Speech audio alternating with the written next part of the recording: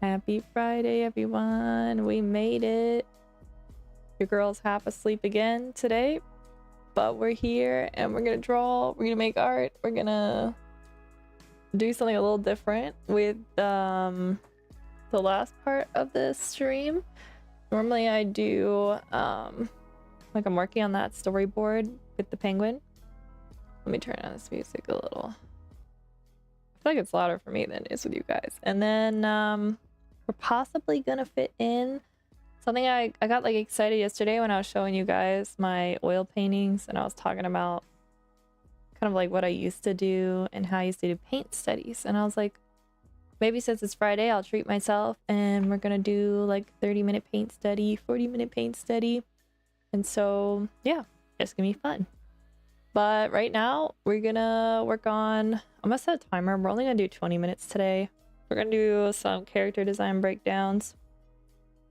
And then we're gonna go right into the children's book because I've got a lot to do in there and I really need to get some progress done on it.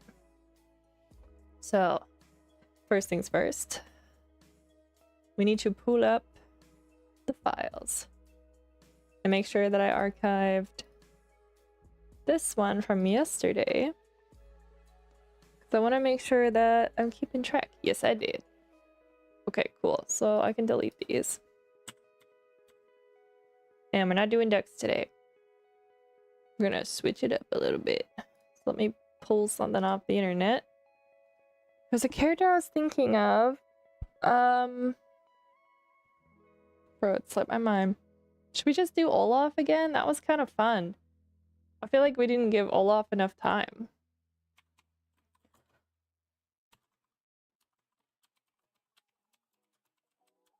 See what we can find on the old internet.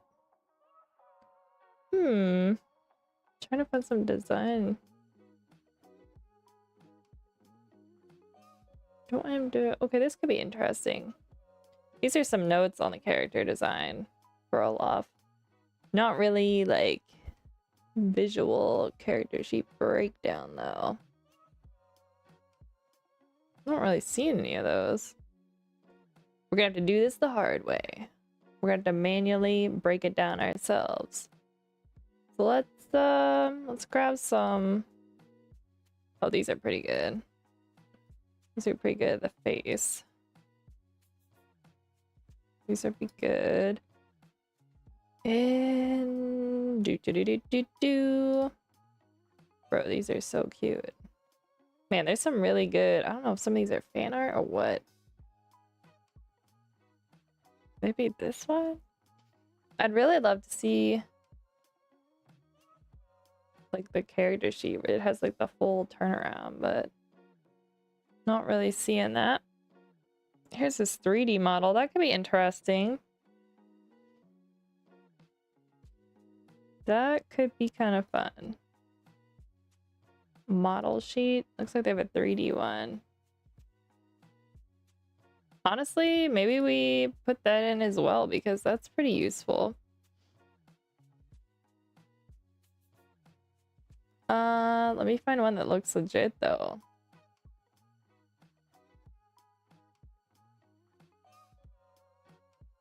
Alright, maybe not. Alright, let's just go with what we have. If I could grab just like one more. So this side profile is pretty good. I just want more of the like character's body. Let's go with this one. It's a little low res, guys. Not gonna lie. We're gonna have to use a little bit of our imagination. It's a tiny image. Alright, where is my... Let me move my tablet just a little bit. Pencil. I should probably plug my phone in. I'm checking, guys.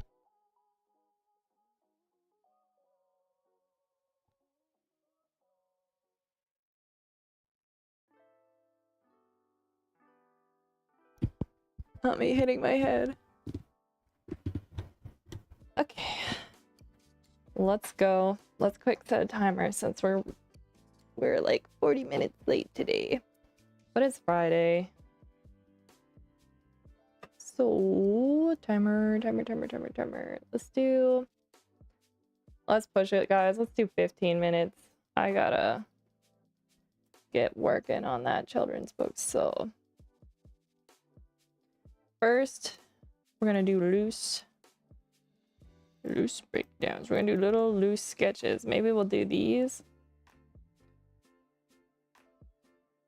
The head's almost like it's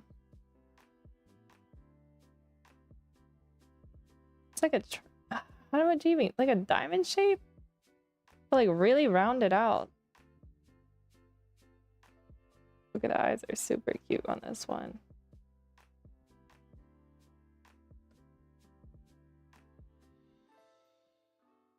Oh, he doesn't have any carrot on, like he doesn't have any nose, like no carrot. So I'm gonna add it in actually. It feels wrong from not, it must be when it like fell off. No, the reindeer tried to eat it. Where's the eraser? Here we go. Make sure you guys can see a little bit better. I know it was like, it was straighter on the... Pretty sure that's how I remember them doing it. And then the mouth, like the corners of his mouth came up pretty far. Got a big tooth. And little sprigs. No twigs for hair.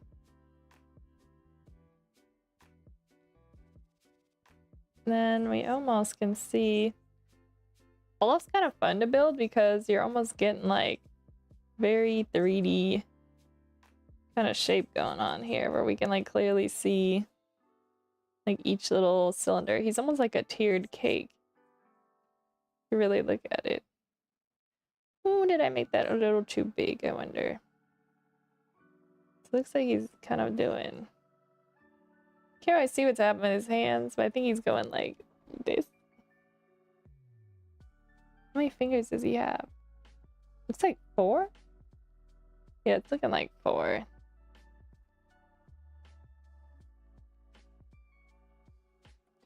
They're very skinny arms.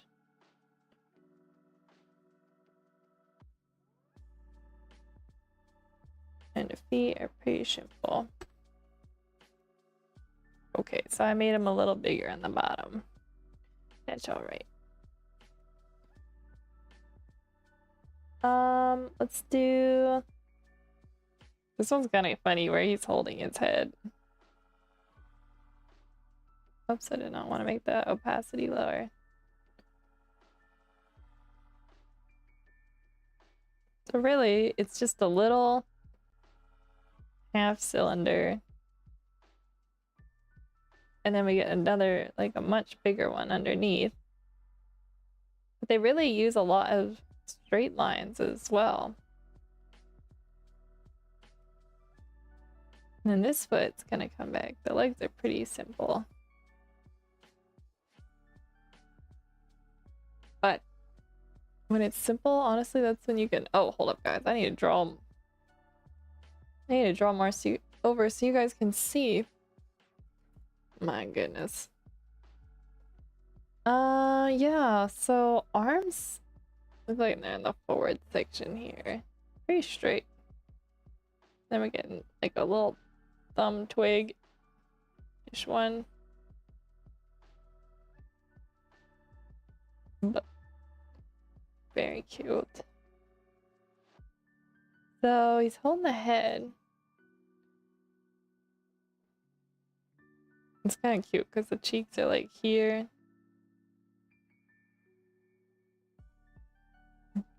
I'm surprised, actually there may be, but I'm surprised there isn't just like a whole movie all about Olaf. I know that I think there's like a lot of shorts. If somebody knows, let me know, because I feel like, although I don't have Disney Plus, so there's really no way for me to watch it unless they put it on YouTube. So I doubt though.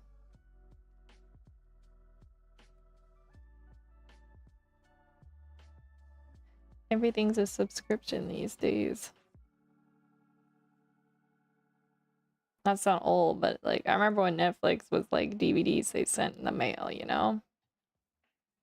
And you were just praying that they weren't like super scratched up so they would actually run. Yeah, maybe those times weren't that great.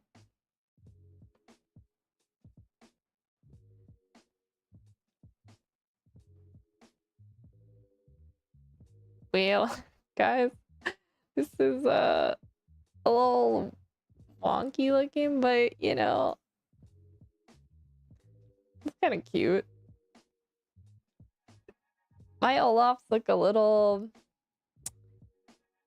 I don't know how to explain it. It's like I try to draw Olaf from imagination. Even though I have the reference there. It's fine. Let's do this part of the head.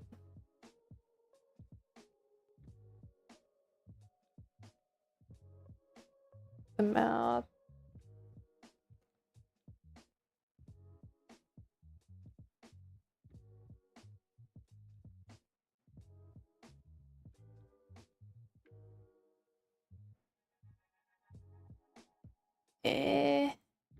Okay. So actually this nose comes down pretty sharp.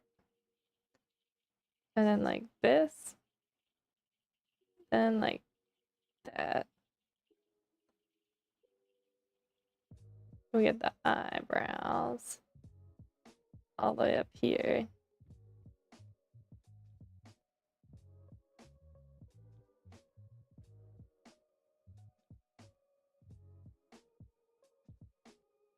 Like that.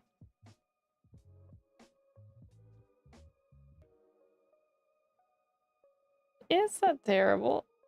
It's almost like they outline the top of the eyes and then I know I'm not supposed to be worrying about details. Then I started to get curious.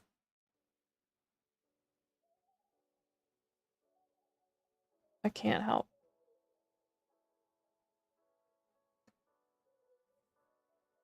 I think we need to make this curve.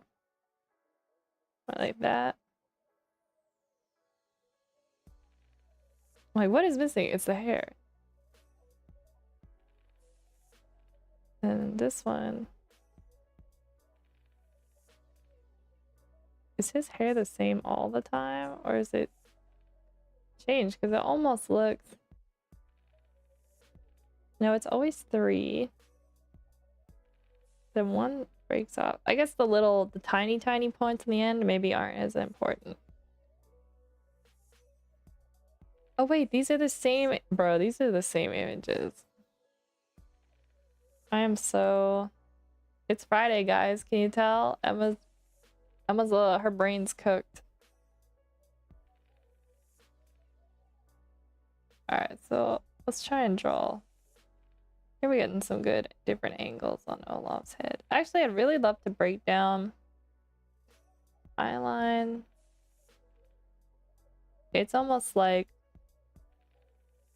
you really can't use a circle. You almost have to use a rectangle to draw out his head.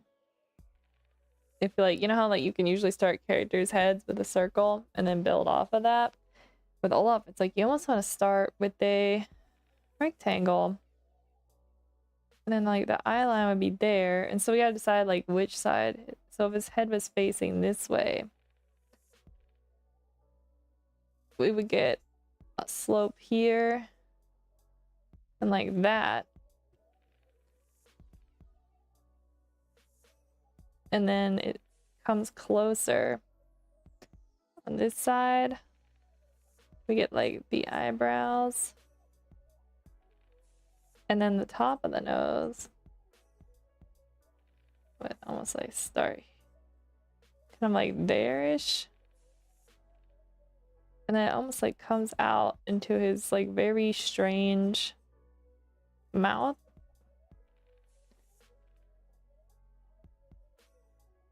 This kind of seems to be... It's these type of proportions. And the eyes are like so So when they're kind of normal, they're really almost like big anime eyes. But as they kind of like stretch upwards. And then the bottoms like look like they tilt down.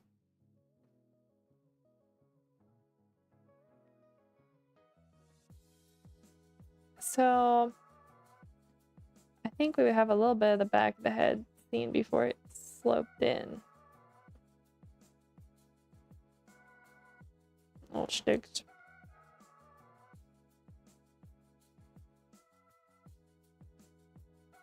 I'll say the proportion's not terrible. I feel like we're getting close.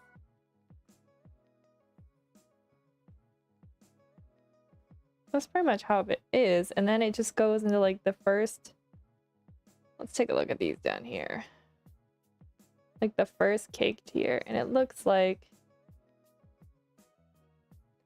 the front usually shows less. When we're showing like, here's the front. If that was the front, it was his torso. Oh yeah, fun thing from yesterday. You know how I wanted to play new music? Yeah, apparently one of the songs in that playlist where I'd found a new one was copyrighted. So not 100% sure what that means. Like, is that part of the video like muted? I have no idea. So I might have to go back and look. And it's like this part. How much shows? It just depends, it looks like. And then we get two of these little, I guess it's pieces of coal. Let's kind of make him with his arms.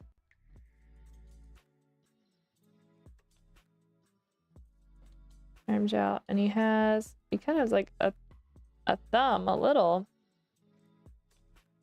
Hold up, we gotta move him a little bit, guys. He's gonna end up drawing.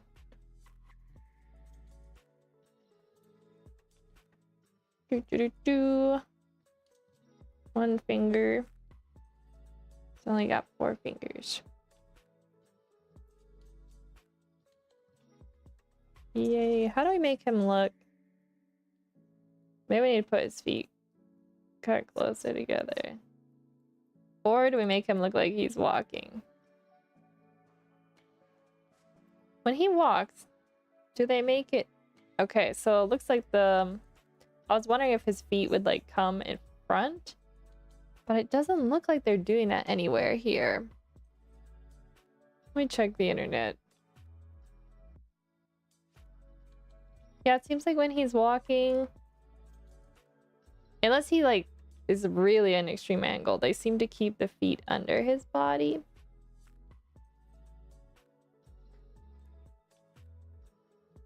Which makes it a little more difficult to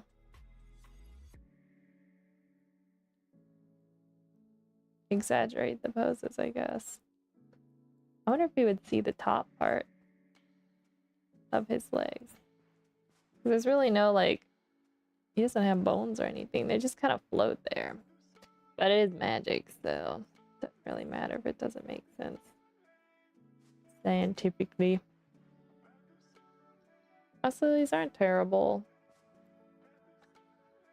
I really wanted to see the actual character sheets where they like talked about his proportions and all of that. I just need like, I need like a straight on T pose that I know is from like Disney themselves. Is this original? I don't think so. I mean, these look pretty accurate. Let's look at these. These are like 3D models. I'm just gonna draw lines at all the important parts. Would it be the corner? Probably count from here. And the top head's about there. So from like top of the head. Okay, so 1/2 is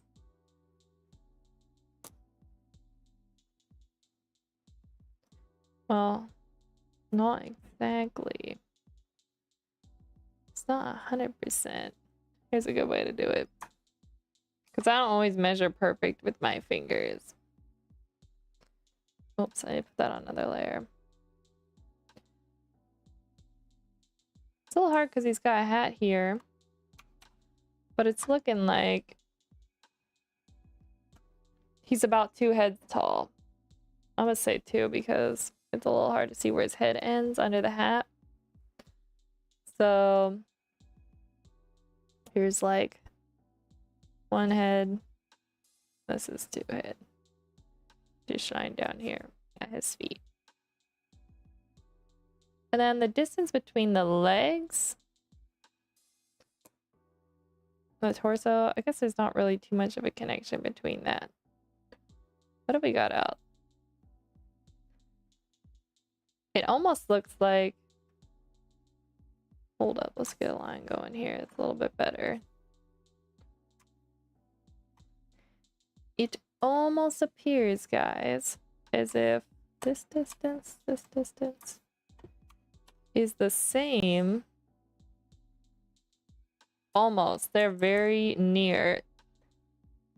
The distance from the bottom of the eye, it's not quite the same. I was really hoping it would be the same. Granted, I didn't draw. I was hoping that like they had it. I'm trying to find like the ways I can memorize the proportions, but I was hoping it would be where like the bottom of the eye to the top of the head is the same distance as the top part of the torso down there. So it's slightly taller. So I'll have to keep that in mind. But it's really, if that was Olaf's head, here was another one. That's 2 Olaf heads tall. And it's about 1/3. So here would be his upper body. Lower. Boop-a-doop boop-boo. And then we got the feet. Arms. And the nose starts would be like around there.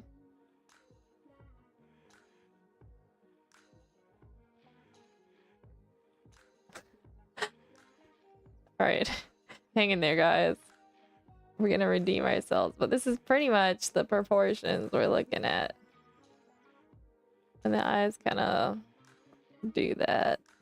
Do their own little thing. The head would come up slightly there. His eyes come really close together. Then we get the back of the head. It seems like it slopes out where he... It's almost like his cheek we're seeing there, actually. Yeah, this is like cursed Olaf, guys. May the tooth would be wider. Because it almost seems like this top lip like overlaps. This looks so cursed. Okay, it's alright. We're learning, that's all that matters.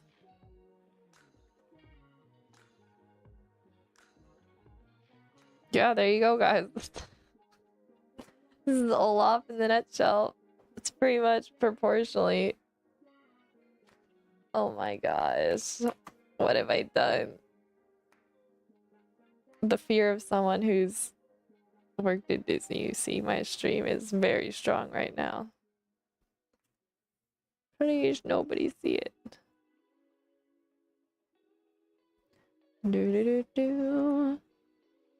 Alright, we did it, guys. We warmed up. We learned a tiny bit.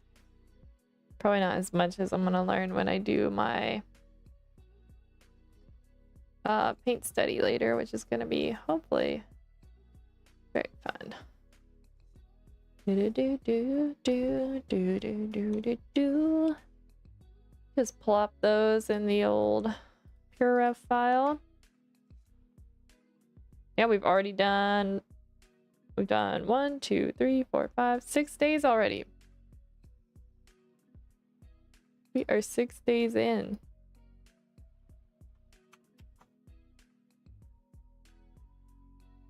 I think I'm gonna start stacking them. They're taking up too much space in here.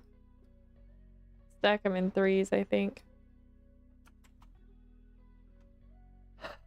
Oh, I'm so tired, guys. Ba ba ba da da. What were we on? Where were we? The pits of despair. Loading. Okay, we're in. So let me close this file and open the other one. Not that. Oh yeah, I changed my computer background to, this is one of the prints from the new floral collection I just finished. That'd be nice to switch up my background.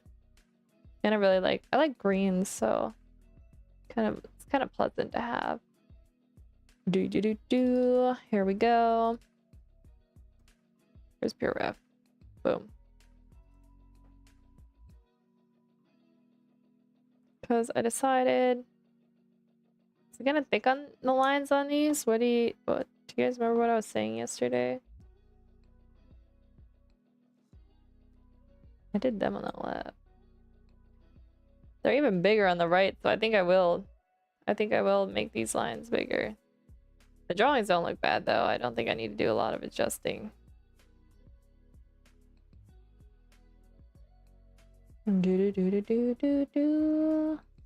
This pose with the football is kind of a reference to my first job I had on Fiverr. Someone wanted storyboards for their children's book.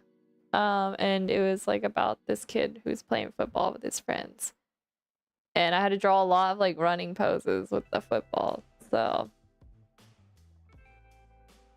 that is a little Easter egg.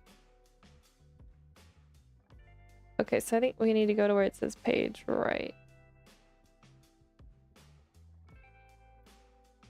Where? What in tarnation? Where are these files? Oh, here they found them. Okay. Sammy coloring line thicken. Let me just make sure these are all lowered opacity. I'm gonna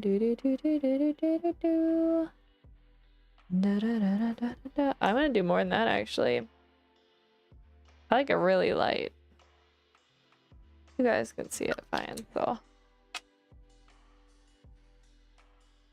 Let's get our brush.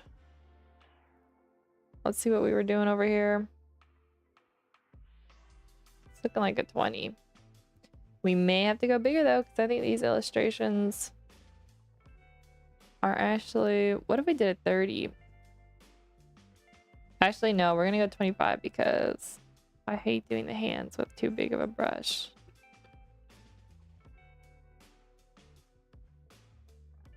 All right, here we go. 3:13 and we're finally starting. Let's make sure I'm even on camera because I want to be hunched over. I should sit my chair up so I have better posture.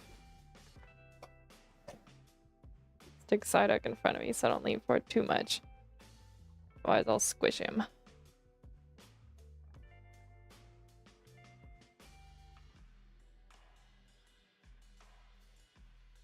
Yeah, yesterday I was like, man, I was so stiff. I don't know what was happening. I feel a lot more limber today, which is good. But then I overdid it exercising at noon. And I was just like shot. So it's kind of why I was a little late. I was like, I gotta recover before, you know, so I actually like didn't inhale my lunch. I ate it at a proper speed.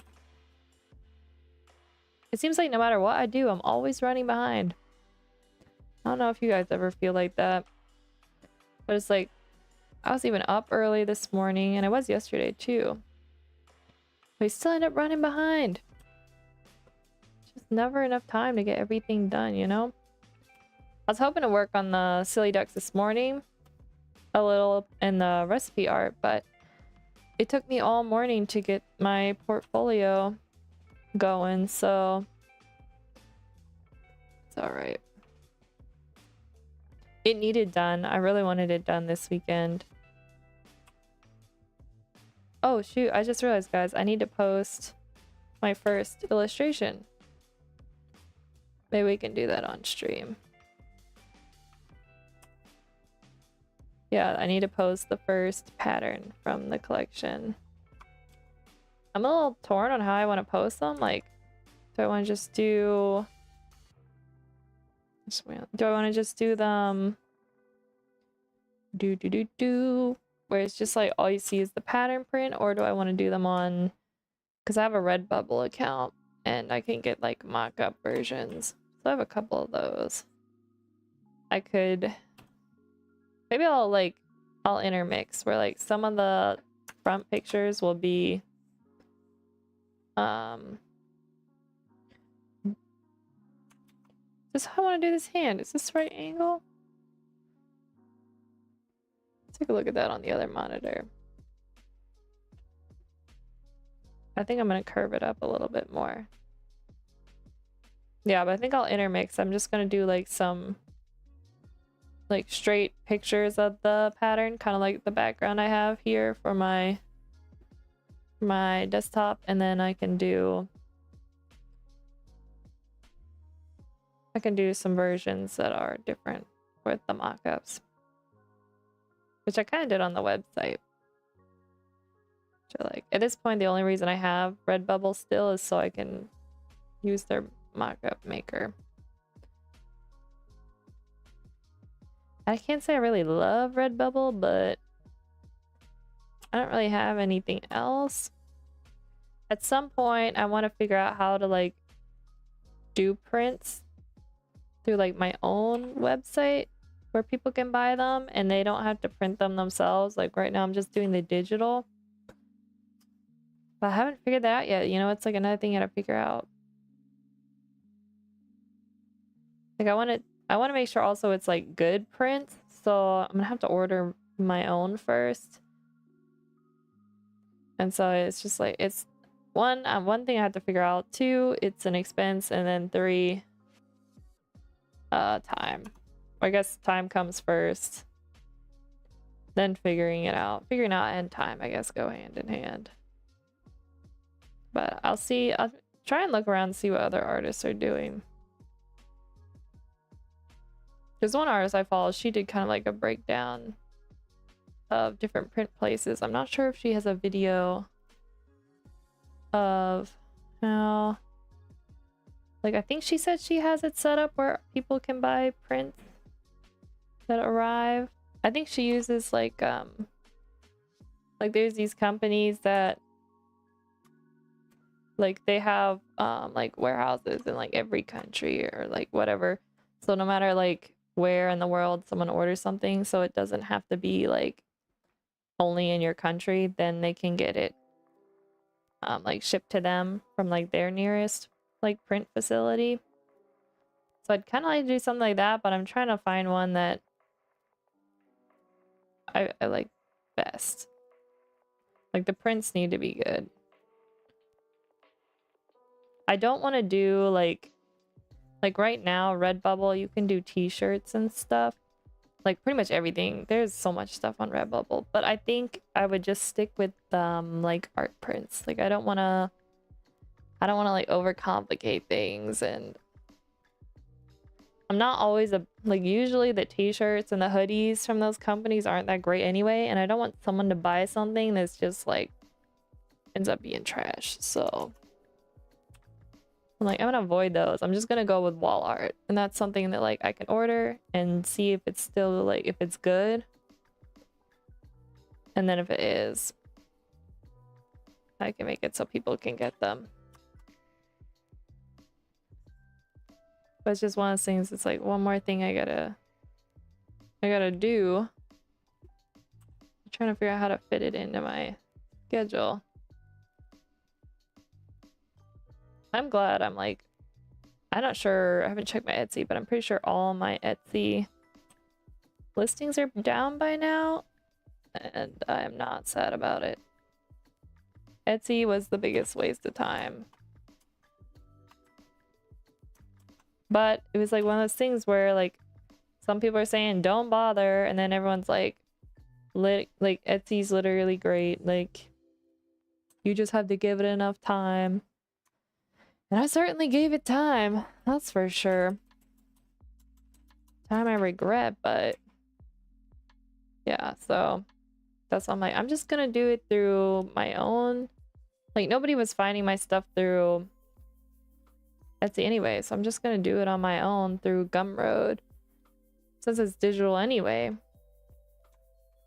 And so I feel better doing that. I also like Gumroad's like shop storefront better. I don't know, it just feels cleaner. Let's see. We have to do the pencil. I guess that's called a crayon. One thing I didn't know, guys, because in the book we use the word like crayon, and I was like, is that copyrighted? But apparently it's not. Like Crayola is, but the word crayon itself is not. So I'm like, I did not know that. I thought it was something that like they, I guess, hallmarked or whatever you want to call it. But they did not.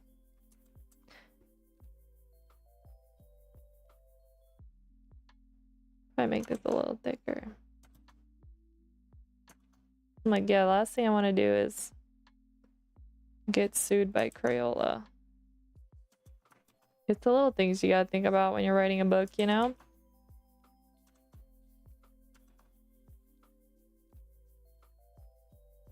Problem is with the line thickness. Can we even see what's happening here? Like, can I even tell that's a crayon? Well, I guess it's like a colored pencil. They're a little bit fictional. Because they're not exactly going to be shaped like a Crayola crayon, so. Actually, let's put this. We'll do the eyes. Need to do back to 25.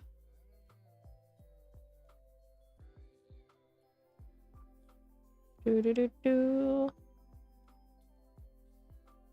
Why does it feel so much bigger? Were we doing 20? That's too small. I don't know why it feels so much bigger now.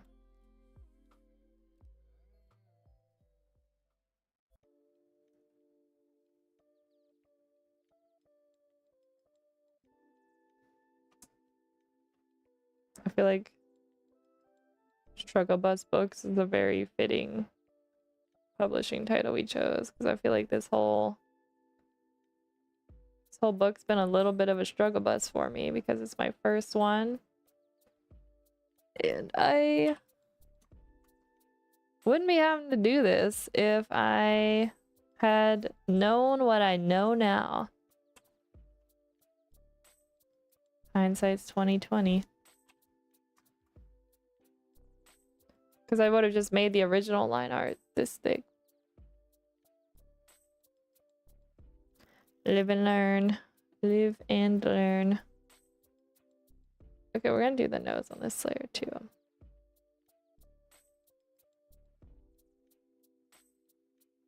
I think I ended up making the nose bigger than the other illustrations, so I'm just gonna do that on this one.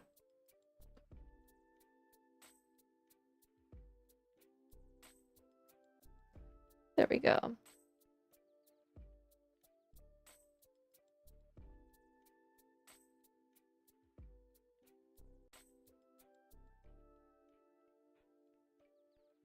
Alright, let's get the glasses in.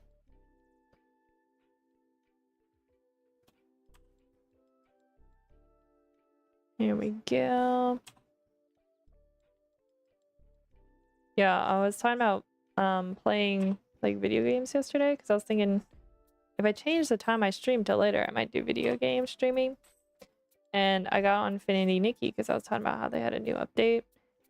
And thankfully, the new like outfit for this season I do not like, which is the first in a long time, which means all this season I can do all the quests and I'm just gonna save all my money. And that means when the next one comes around, if I like it, I'll have enough diamonds that I can get the whole thing. Like, you know, it's the little things in life.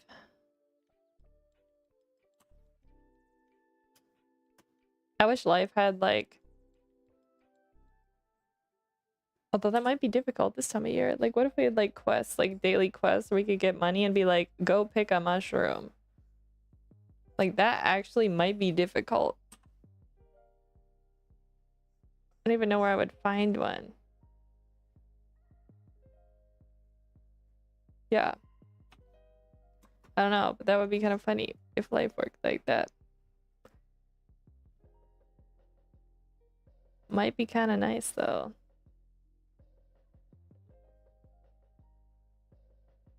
Or like some of them are like,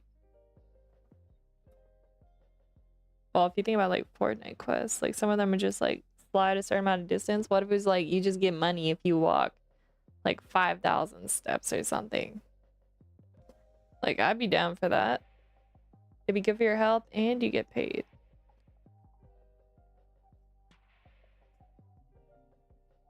That's for the people in. Right. All right, one done. 3 more to go.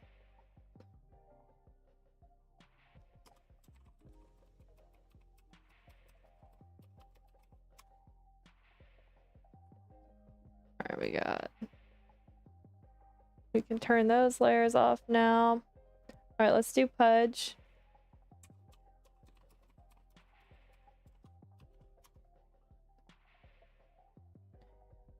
Charge 25 brush.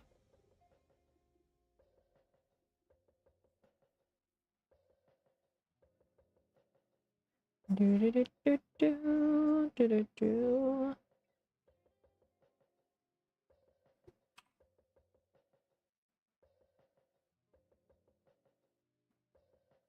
I'm trying to think. It's already the 9th.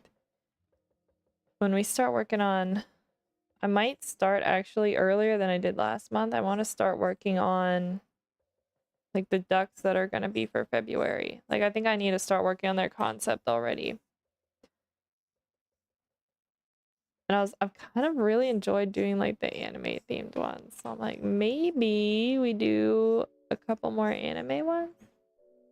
But then I thought it might be nice too to do some like standard decks because I kind of want to put together a calendar for next year. And if I do something that's kind of like seasonal based each month, then, you know, when I make the calendar, I can have a duck that goes with each month. So maybe we start thinking about that. Like, what's a February thing? I guess like Valentine's Day, right? Nobody cares about that holiday. I know I don't.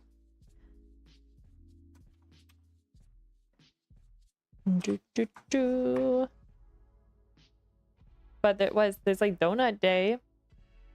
That's a day I can get behind. That donuts are forever, love is not. Maybe we do like a Donut Day duck. That would be kind of cute. Okay, Donut Day duck. Hold up. Is Donut Day in February?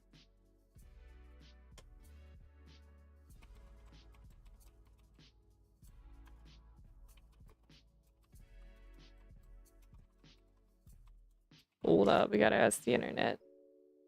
There's something we celebrate. Apparently it's like a Pennsylvania Dutch thing, but it's called Fashnacht Day.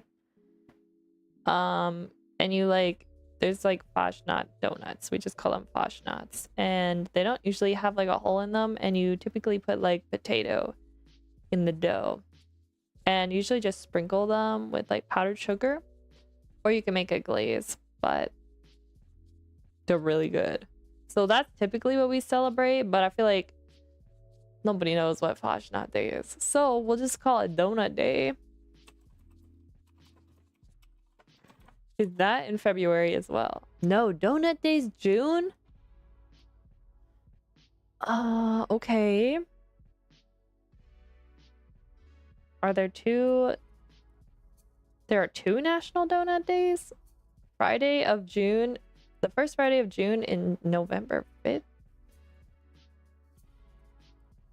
that the, oh, maybe there's like a Krispy Kreme day. All right, well, you know what? We'll think about it, guys. It doesn't have to be Donut Day. We can save Donut Day for June. There's gotta be something in February. Maybe we should plan for next year. We could do like the zodiac animal for 2027. So we could do a zodiac duck for that because we dropped the ball this year on doing that. I wonder what next year's gonna be. I'm gonna look it up in a second. We just gotta finish these wings.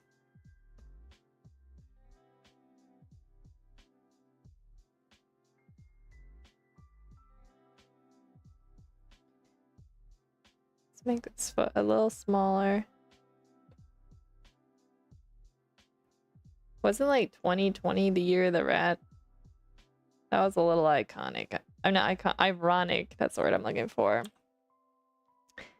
That kind of, I want to say it was the year of the rat. It's like the year of the plague. Not fantastic. I was looking up the year, so I'm the year of the rabbit. And we're not going to have another year of the rabbit till, I think it was 2020, no, 2035, I think is what it was. I'm like, I'm going to have to wait that long? Although I think when it's the same, like, zodiac animal as your birth year, you can either have really bad luck or good luck. But I'm like, knowing me, 2035 isn't gonna be fantastic. I'm usually a little bit unlucky.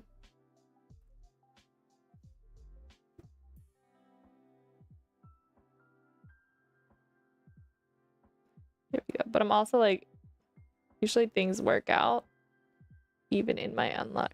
So I guess that's something I can be really grateful for. Not that I'm superstitious, because I actually don't believe in any of this stuff. Like I was saying the other stream, I'm like, I'm selectively superstitious. It's kind of if it floats my boat, you know what I mean?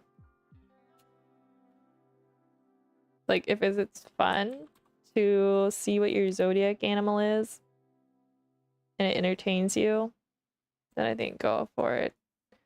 But if you start worrying about like, oh, what's my year and am I gonna have bad luck or whatnot, or oh, my personality traits are this, then it just ruins everything. Especially since I have like family members where I like looked up their years and their personality traits are nothing like their zodiac animal. Not that we needed like proof that it's not. I mean, some people think it's true, which I also respect, right? But there's not a whole bunch of science behind it. So I'm just saying it's not always 100% true.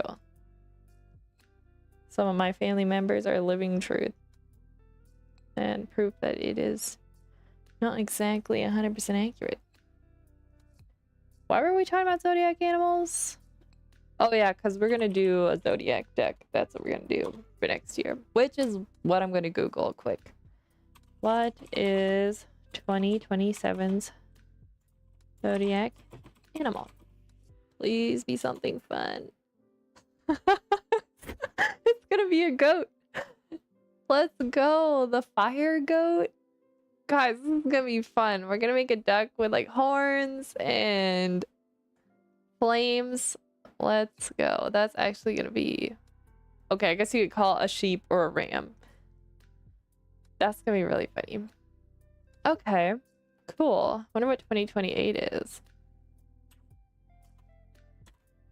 It's all the 20. Oh, 28's gonna be at Earth Monkey. Oh.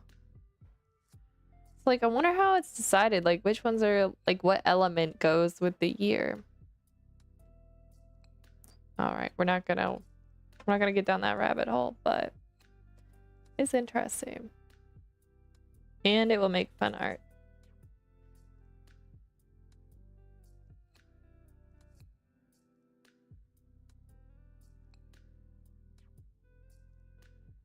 fix this line here. I don't love this little tangent we have going on over here, which wasn't in the original because the line work was thinner. Let's see if we can fix this, guys.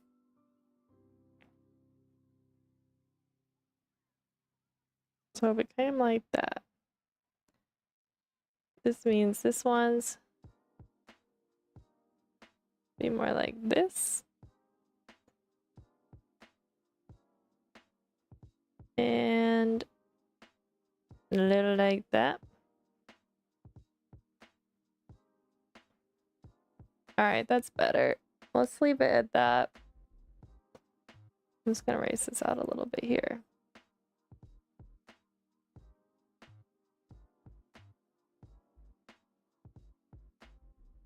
All right, let's do the book. And that will be the face details as well.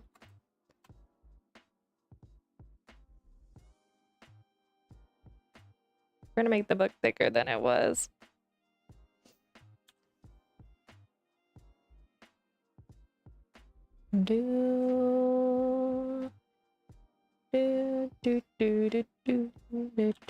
Yeah, when I put up my Christmas decorations, I was like, I'm gonna leave those up until like February.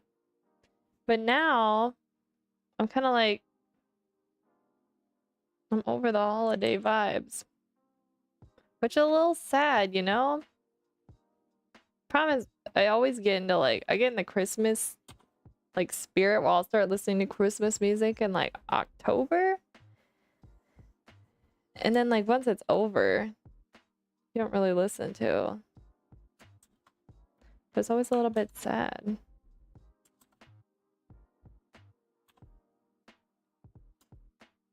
I'm like, should I keep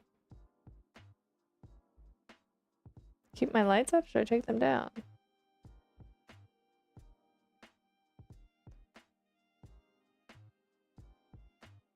I wanted to be able to see the other side of this foot. Here we go. Do do do do do do do do do do.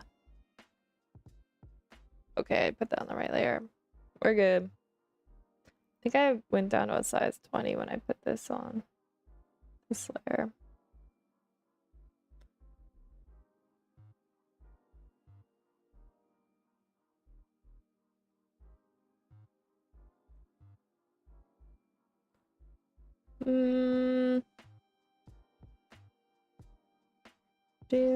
Do.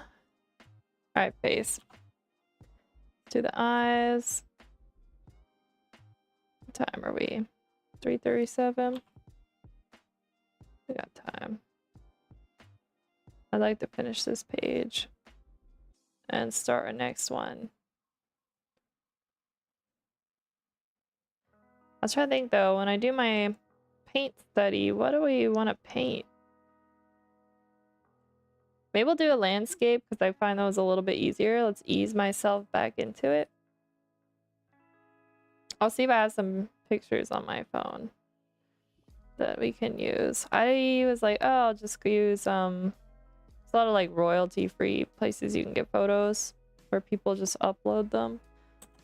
I think like Pixabay or whatever it's called. Sometimes I go there, but it's like some of them feel like too perfect, if you guys know what I mean. Like it's some of the like still life and stuff, or even like landscape stuff just doesn't feel, I don't know, it doesn't feel like a photo you took or something you saw. And you don't really have a personal connection to it, so I was like, I'm gonna avoid that. And we're just gonna try and use something I have on my phone. Something that'll be challenging, but not like super crazy.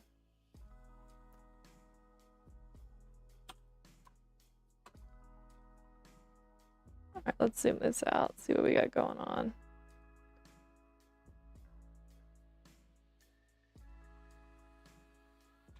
All right, we need to merge these lines, I think.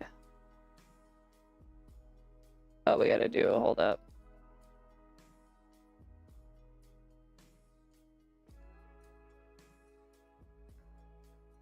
I put the pupils in.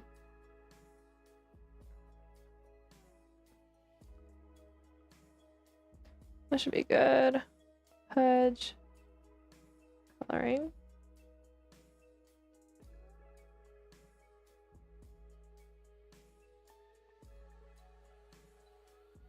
Alright. Time to move down. How do we merge these? Now we gotta do... Let's do the rabbit first.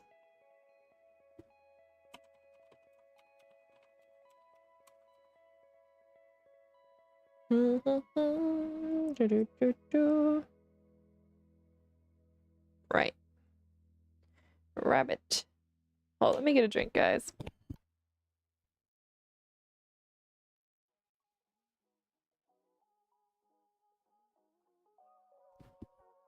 Alright, let's go. Size 25 brush. Usually just start with the head.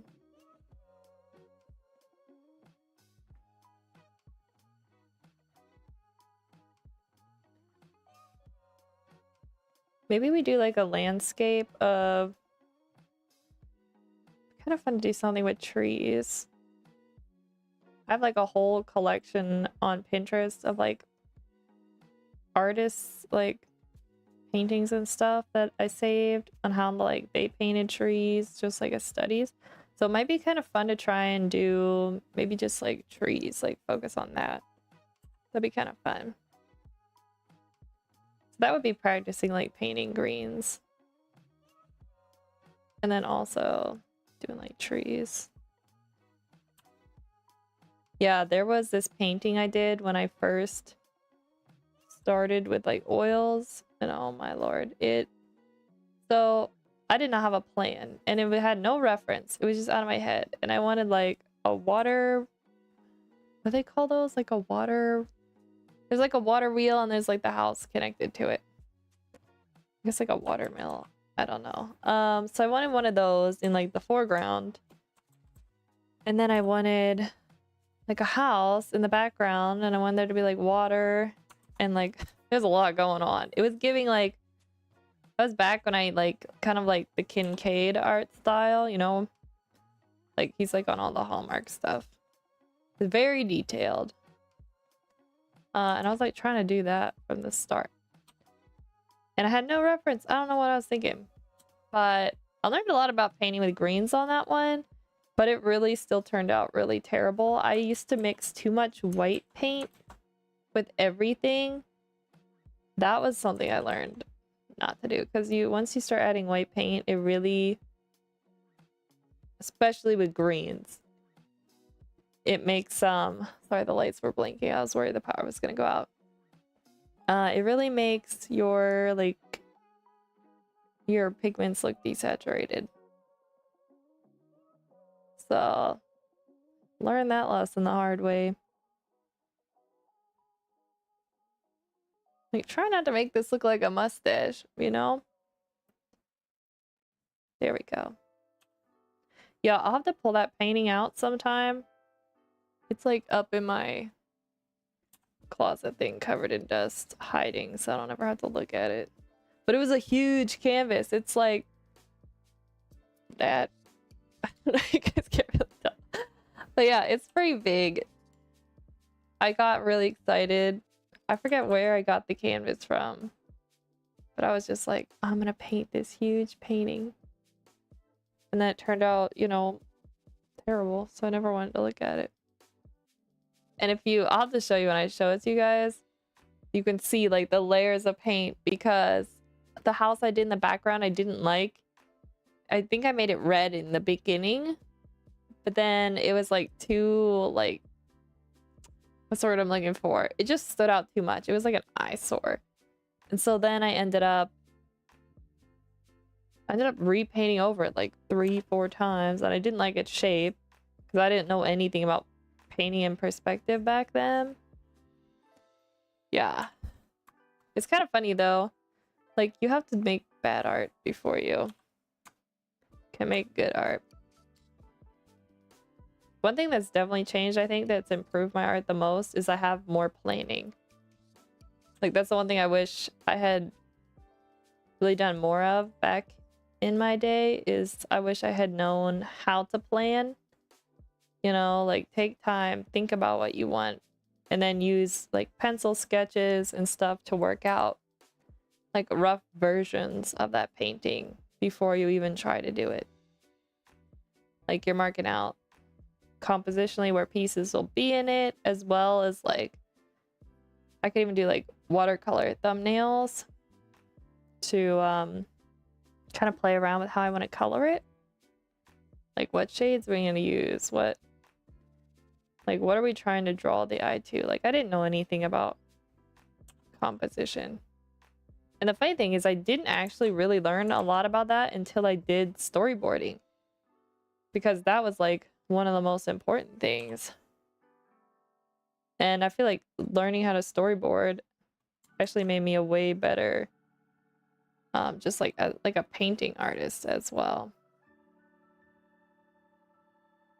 So I'm like, even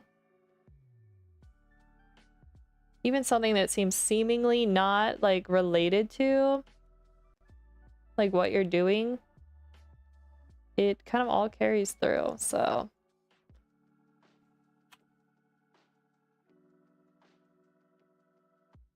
right, let's get this hand in. Yes, this bunny's gonna be pink, and their hands are gonna be like white, and I think did I make the inside of the ears? I forget what color I decided. I haven't fully decided how everything's gonna be colored, but I have decided I want the hands look like almost like there's little like white gloves on it. We had a cat, we called her Mittens, and her like paws were white like that. But the rest of her was like, she was like browns and blacks, and she had some whites. I forget what her coloring is called, but I was kind of thinking that when I did this. I was like, give the little bunny mittens. I'm gonna do this layer separate, and then I'm gonna merge it if I like it. Let's remove line work underneath. All right, we're making pretty good time, guys. Let's go. Let's do Figgy now.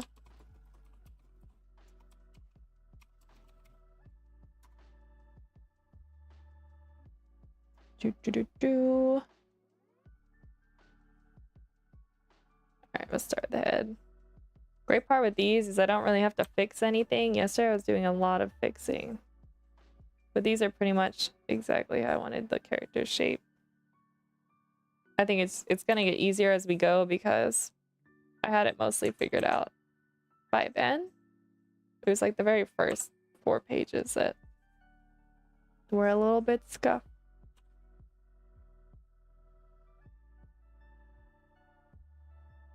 Do I want to have that overlap a little? Maybe not, because I don't want it to become a tangent with the eye.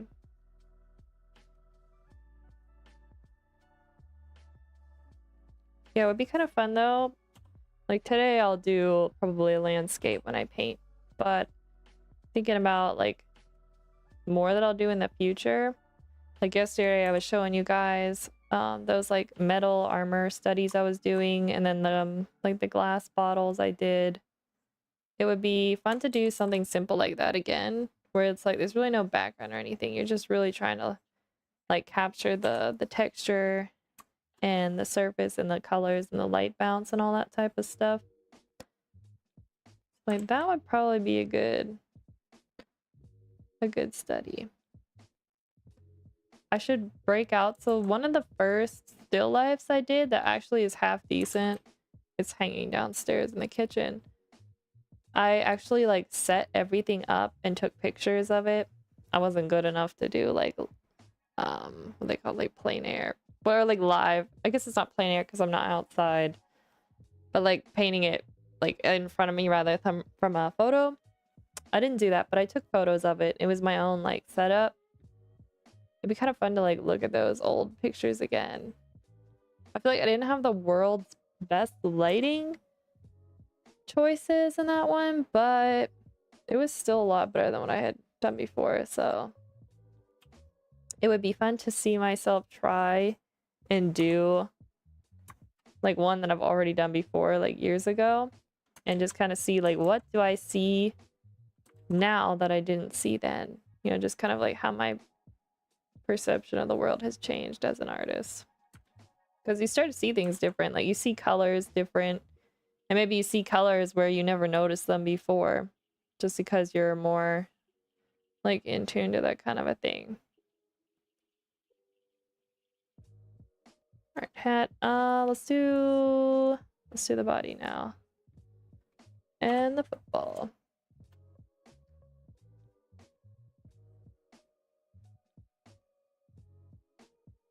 It seems to be acting weird again with the brush. Photoshop, be good. Man, I thought I crashed it earlier again, but I didn't. It like has an issue where if you try to use the, it's like up here in the filters, camera raw filter, that's what it's called. On some, I think it's if you have a project with an artboard, for some reason it crashes it. But if you turn the layer that I found to a smart object and then go inside that layer and then use the filter, it works. I'm not sure the science behind what's happening with the computer, but it works if you do it that way.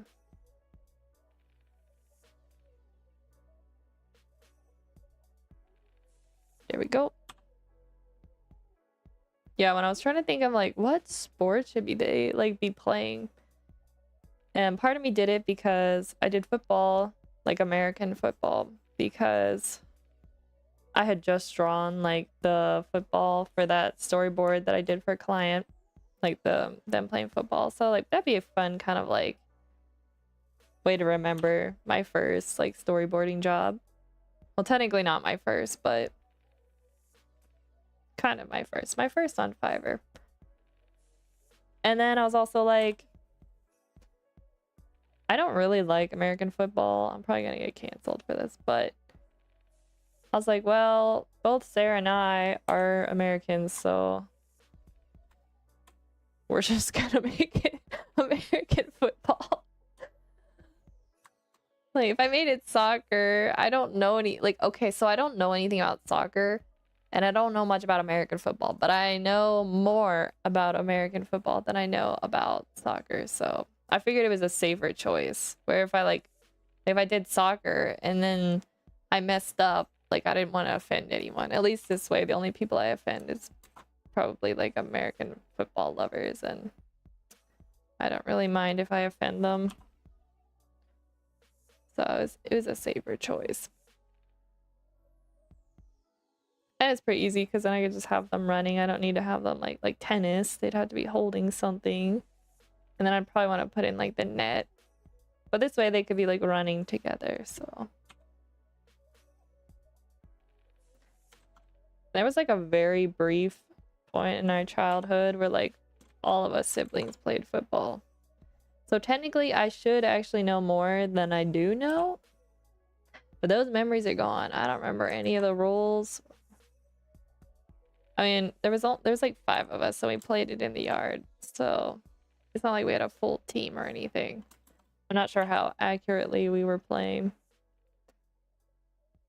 My favorite thing to play though is like with a frisbee. So there's not really any rules, because I mean you could play like ultimate frisbee, but we usually just throw it back and forth to each other. But I really like playing with frisbee.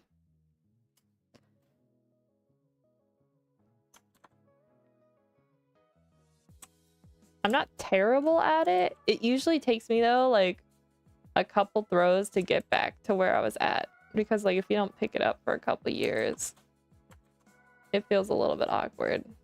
Like, you know, when you throw it and it just like boomerangs back. I've definitely done that. There was a point though where like all of my siblings, we were like pretty good at it, but not anymore. It's like one of those things where we played a lot during like the summer and spring and stuff, but then like as soon as winter hits, it gets like really windy here, and you cannot throw a frisbee. It's just ridiculous. And then, you know, you don't think about it. And then the dog chews it up. And then before you know it, you're not playing with it anymore. It's kind of sad. But usually, like, whenever we have a family reunion, one of the family members will have one. So it's like dusting off the memories in my brain, trying to throw it again.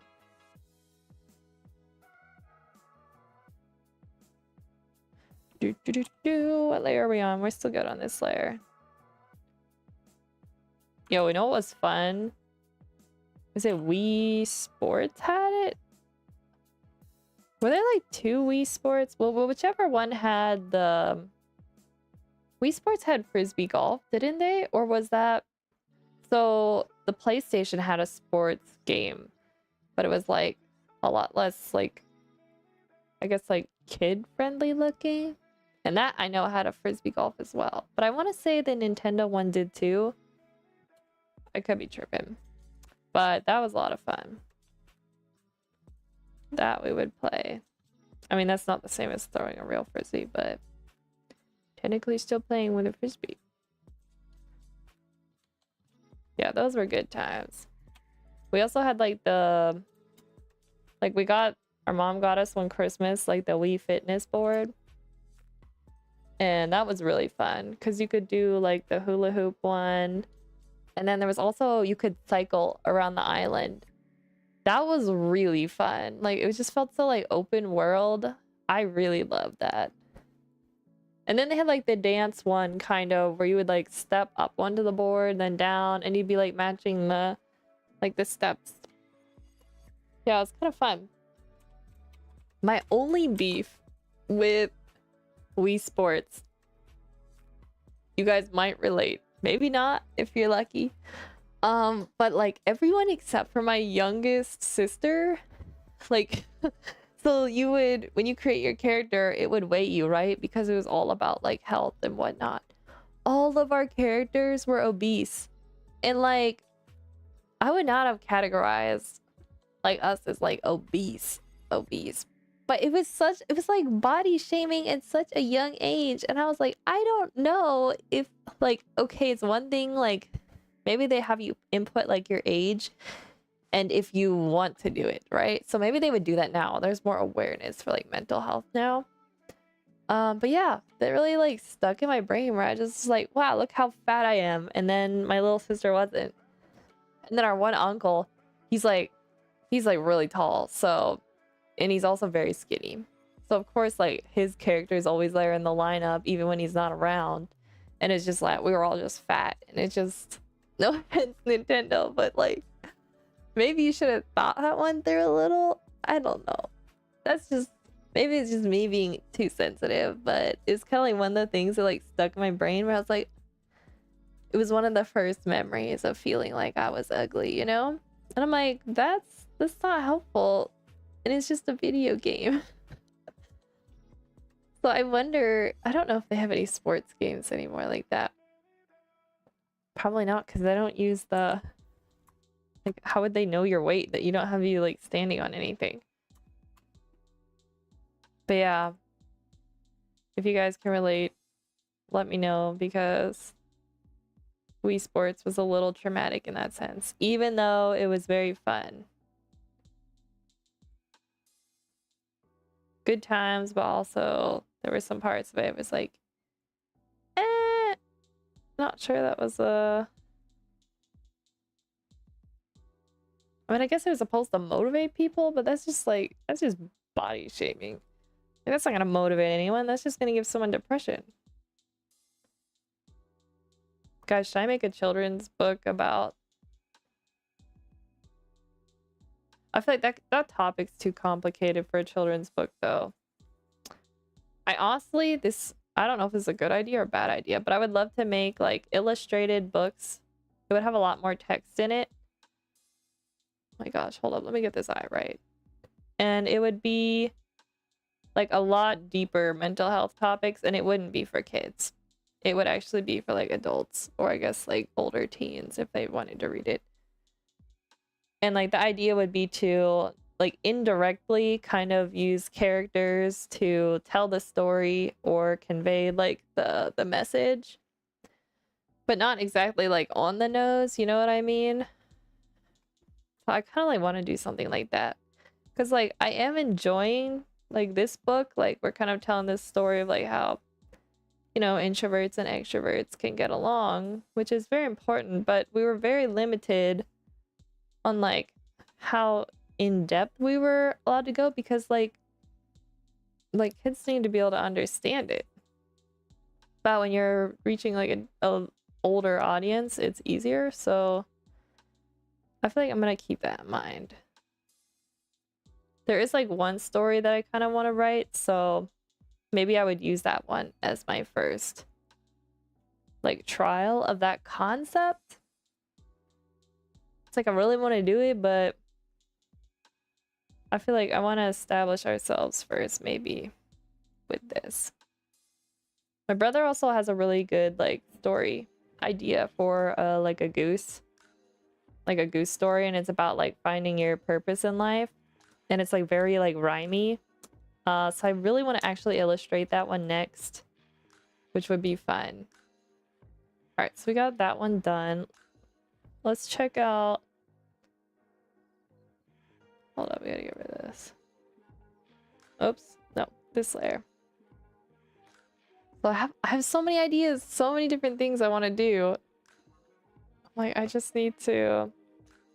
That's why we're locking it in, guys. We're working on this stream so we can help myself lock in and get them done. Okay, so we need to open a new file.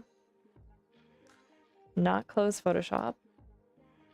We need to look for, this was 7, page 7 to 8. We need 9, 10, 11 to 12. Children's book project, illustrations. Was this 5 to 8? 9 to... Honestly, I don't think I did a fantastic job labeling these. Okay, here we go. This is it. And it's pages. These. Here we go. Okay. Loading, loading, loading. All right, let's think about this. This is the first time we see Sammy's mom, actually, which is kind of fun. Also, I gave the rabbit a carrot phone. I texted Sarah when I did that. I'm like, I'm going to stereotype the rabbit. Please forgive me. I'm gonna give him a carrot phone. I couldn't resist. It just was too cute. And so, yeah, forgive me for the carrot phone, guys. I know rabbits should eat more than just carrots, but I did it anyway. Okay, so do I have these separated from page? Yeah, we got a page right, page left deal going on here. Except I didn't name page right. Let's start left, work right. I definitely want to thicken the line work on the left side there. Lower the opacity. Let's see if we can, let's finish page left, and then we're already 4.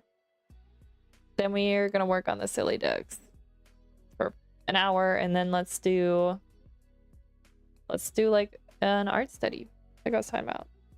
Okay, so Jamie, line, thicken. So this seam will actually be split with kind of like cartoon style like lines. Snapping to the grid. Snap to not guide. Okay. But yeah, so that they're not in yet, but that's kind of how it's gonna be. I wanted this to feel like a comic because we have like the one response going on here, like na na na, and then the rabbit says something back, and then we get this response scene here. Very much you can see, and we do it here on this page as well. These will be split. Very much the influence of my comic book reading and manga reading days. Let's see how 30? What do you guys think? 30? 30 kind of feels right. How about when we go over here? Yeah, I think we will do a 30. Maybe 30 all the way around. All right. Here we go. Do we start with the phone? Although now this feels really big now that I'm zoomed in. I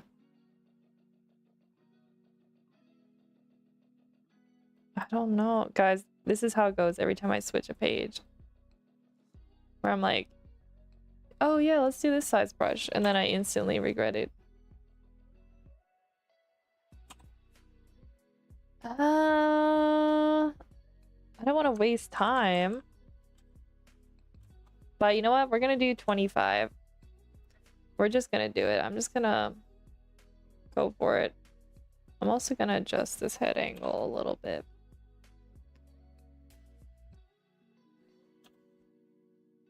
There we go. And we have the ear.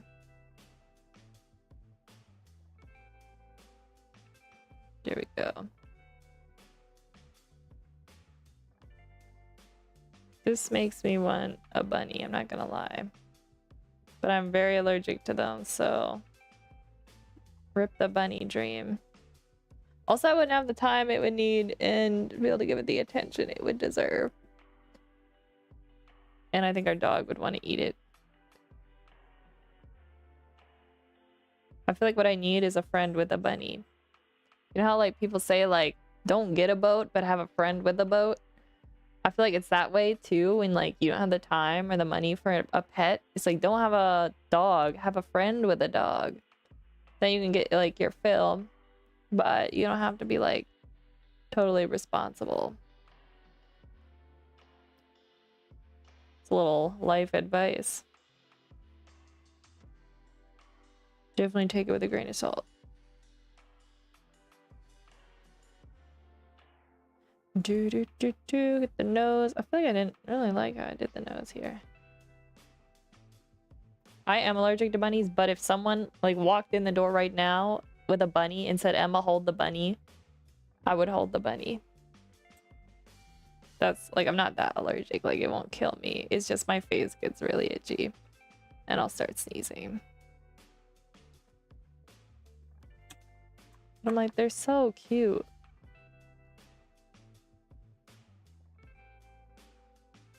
Here we go. Yeah, I like bunnies more than guinea pigs.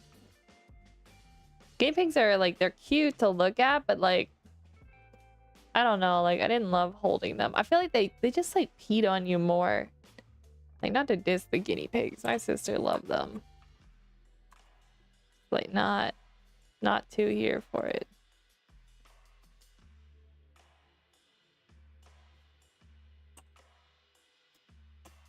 I like those people that have like Instagram accounts where they have they build like outdoor pens for them with like coverings so they can be out in the grass and stuff and not get eaten. But it's like, it's so cute when they're able to just like, you know, run around in the grass and I guess live more like a normal guinea pig would. Like rather than have to be like indoor in a tiny little pen. Like unless you have a whole room, it's like guinea pigs would love to have like a lot of space. So when you have like that, like your yard turned into like a covered like play area for them to be out, it's just amazing. Like that is the ideal guinea pig situation. I wonder if they can like live out, like if you give them a shelter, like because guinea pigs, they live in the wild originally. I mean, imagine the breeding kind of changes. Like I kind of wonder if they're happier like not in the house, like getting the sunshine and like the fresh grass. Like I wonder if like if you have like a heated little like shelter for them, or I guess if you live where it's hot, you'd have to probably have like a shaded area so they wouldn't get too hot. But yeah, it makes you wonder, like, can you have your guinea pigs outdoors all the time? I feel like they would like that. Okay, I don't like the nose, guys. What is happening here? I think I'm gonna turn it more at an angle before I start.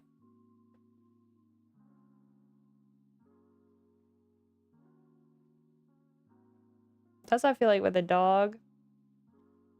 Like people who don't have like a fenced backyard or somewhere for them to like be able to like run around freely. Like dogs, most dogs, I don't imagine all dogs, but most dogs like love being outside.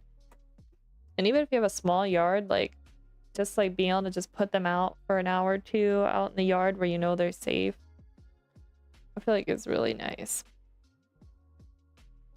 But if you live in like an apartment, oops, you can't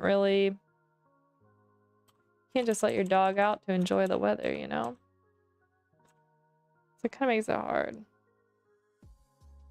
That's why I'm like, I love dogs and I would want one at some point, but I'm definitely not now. And we have a dog. The family has a dog, so I get to play with her. Although she's really funny because like she'll be down to play, right? But it's only for a short period of time. And so you can throw things for her, she'll be running around playing with you, and then it's just like a light switch like that, and she'll be done. And she'll just like walk to the house, and then she just stares at you. It's like she goes from like 100 to 0. It's really, honestly, I find it very amusing. And like the amount of time she plays as she ages is just getting shorter and shorter. It's pretty funny.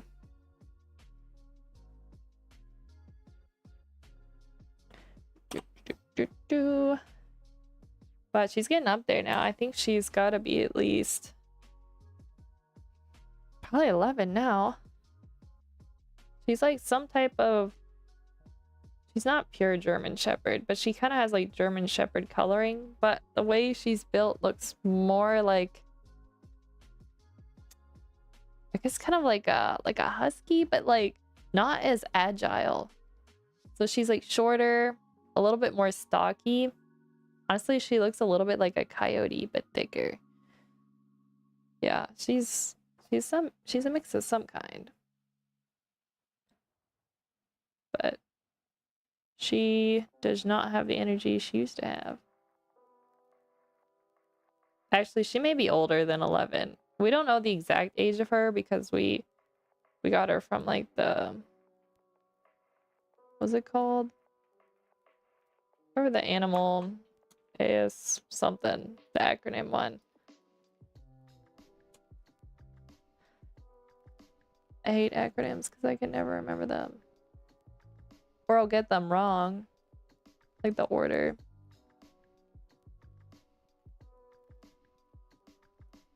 Yeah, when we got her, she was wild though. She was a wild child. She has changed a lot. But my sister worked a lot on training her. Yeah, because she would just try to like, she would try to eat our cat. It was not good. Honestly, she'd want to eat anything that moved. So she has come a long way because now she can like be out on the farm with the ducks around, and she, knock on wood, hasn't tried to kill one yet.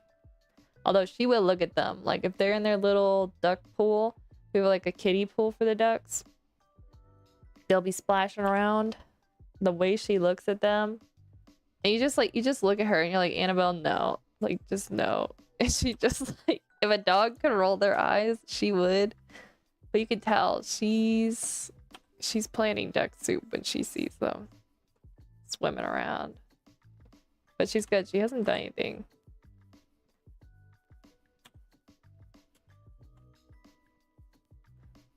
Oh, what did I do? Why is the opacity?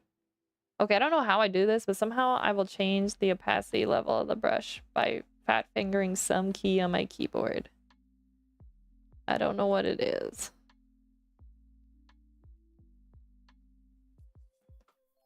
Which is actually how I broke one of my, I thought I broke it, actually is a feature. One of my Blender files, I have like 2 versions of the Reggie Origin 2, part 2. Because the very first one, I was about like 3-4 hours into it. And somehow I fat fingered, I think it was like Alt and B. Yeah, and it makes it, what did it do?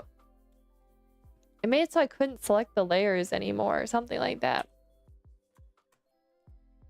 And yeah, I couldn't figure it out. There were no answers online. I even got desperate enough where I asked ChatGPT, and then it upright and like lied to me about, it's like, yeah, go to this feature. I'm like, that doesn't even exist. And it's like, you're so right, it doesn't. Yeah, I was not having it that day, but I ended up figuring it out on my own because I made a new file and then broke it again. And when I broke it, I knew exactly when I broke it, so I was trying to like retrace my steps. And there's like a function in my add-on where you Alt V to paste in the thumbnail creator. It's not Control V, it's Alt V. And I fat fingered the B next to the V. And so I was able to figure it out. And I need to write that down because I recently like forgot what I did. And so yeah, that would have sucked because I'd be back to the drawing board. But yeah. Wait, what was I talking about? Oh, because yeah, I still don't know how I do that actually in Photoshop, where somehow I just like change the brush opacity. The world may never know. Should I bother drawing in this telephone? So I was like, I could make this phone like a traditional, like a regular smartphone, because I feel like that's all kids nowadays are gonna know. But you know what? Like, those phones do not have enough character. I like these old, like, they call them like rotary phones, and then they have like the cable that stretches and it's like coiled up. Like that. That's my phone. My grandmother had one for a long time, so it kind of reminds me of hers. They're kind of fun.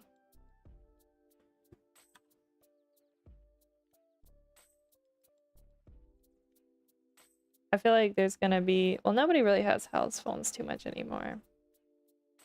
But you know how like some people like want to buy flip phones again? I feel like there might be a need for people.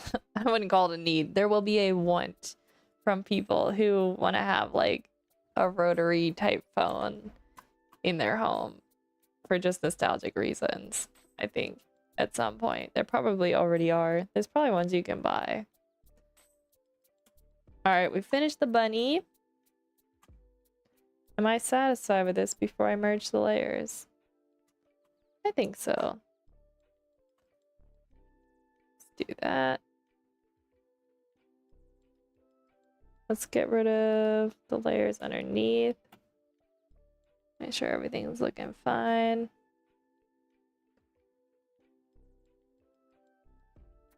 There we go. All right, now we're gonna do Figgy. Figgy 1 line thicken. The other one can be Figgy 2. Sorry, I keep leaning forward. We did 25, so I should probably stick with that. Yeah, we're gonna stick to it. We gotta be consistent. Also like this shot because it's giving like two friends gossiping on the phone. Especially once the text's in there. Because I'm not gonna spoil it though. I'm not gonna spoil the text. But once the text's in there, it's pretty funny.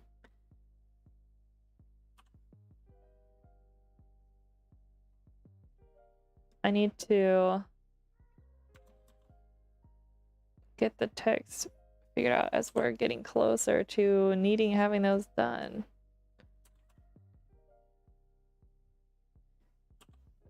One thing at a time though. I mean, we're only on page, what is this? So we got 1, 2, 3, 4, 5, 6, 7, 8.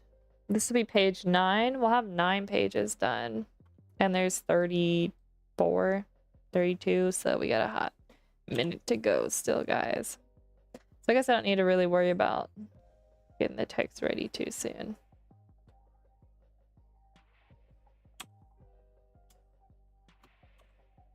I just want to jump right into coloring it though. You know? It's kind of like, it started like that with the line art where I just wanted to start doing it. Just because you kind of start planning it in your head. And you just want to you want to start making it actually come alive. So I've done a lot of planning in my head how I want it to look. But your head and what's actually gonna happen are always two really different things. So we're gonna see how things go once we start coloring it. I think I was thinking about process-wise, I might do a very loose color thumbnail type deals for each page. Because I want to keep them consistent. And if I do fully color one whole page and then move on to the next, I think I'm going to have trouble with keeping them consistent by the time I reach the end. So I think what I'm going to do is do either mini versions, or we're going to paint roughly in all of the pages and then go back to the beginning, start to render it down, go through all the pages, and then we'll probably render it 3 times. Just so it's all happening kind of at once. That way my brush methods and just the way I approach everything, I want it to be the same. I also am gonna write a physical list of how I'm going to do it. So maybe we start with midtones and then darks and then highlights. And I'm also gonna track my brush types that I use and in which order I use them. So I think that kind of stuff is gonna help with consistency, but I'm not gonna know until I start doing it. It may just become impossible to track. But it's worth trying, so we're gonna do it.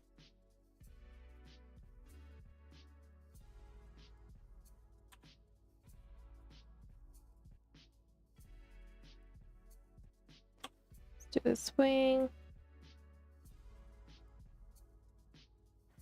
Do, do, do, do, do, do.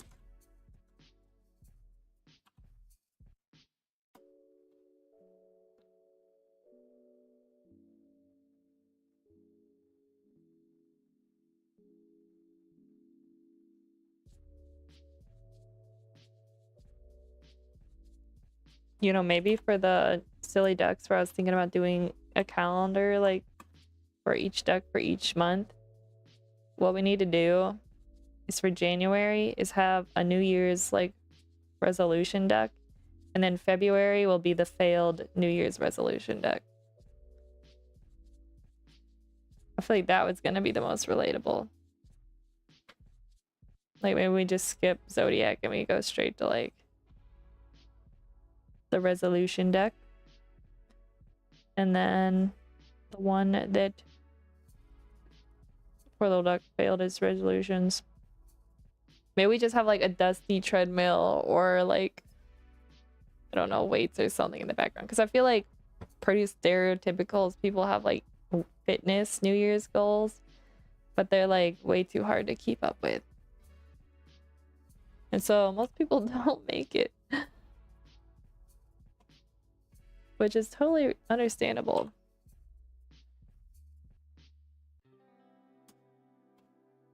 Okay, let's see. Let's do the phone. I feel like I'm too impatient to wait for a whole new year to start something big. So usually when I want to do something, I just do it. That would be my best recommendation. If you're there's no perfect time to start something that you keep putting off. The perfect time is never gonna come around. So you might as well just start. And also, like, not doing a lot. So, like, my New Year's, I don't usually do this, but I wanted to start learning, like, hip-hop, like, dance. And, I was gonna do it on the weekends. And I was like, here we are, the weekend's coming to the end of the first weekend in January, and I haven't done anything. And I was like, I don't have to do it for an hour. I don't have to do it for 30 minutes. If I spend 5 minutes studying or watching a YouTube video or just trying to follow along, that's 5 minutes I invested that I wouldn't have. And I can say honestly, I probably only spent 10 minutes doing it, because once you start, you stick a little bit longer. And yeah, I know now like 2 steps from the basics that I wouldn't have known before, and I'm still really awkward and terrible at them, but it's still more knowledge than I had before. So my suggestion is just like, even if it's 30 seconds, those 30 seconds are still going to add up by the end of the year. So yeah, if you guys are waiting, procrastinating, doing something you really want to start, but it's really something that's like intimidating to start, just do like a couple seconds of it. The important thing is building the habit, not necessarily the quantity of time. Quantity over quality when you're trying to pick something up. That's my suggestion. Because if it's too hard, you're not going to stick with it. Because I know I won't stick with it if it's too hard. But if you keep it simple, slowly you start to build more, and then before you know it, by the end of the year, you'll actually be doing an hour of study or whatever practice or working out, and it's not going to really feel like it, because you slowly build up your, I guess you would call it like your tolerance to spending time. I don't know. But that's what works for me anyway. May not work for everyone. Some people are good, but they can just jump in and start doing it. I'm trying to remember when I started like exercising. It's been like 11 years. But I wasn't doing it every day from the start. I started with like 3 days a week. And like I think one of the days I was just walking.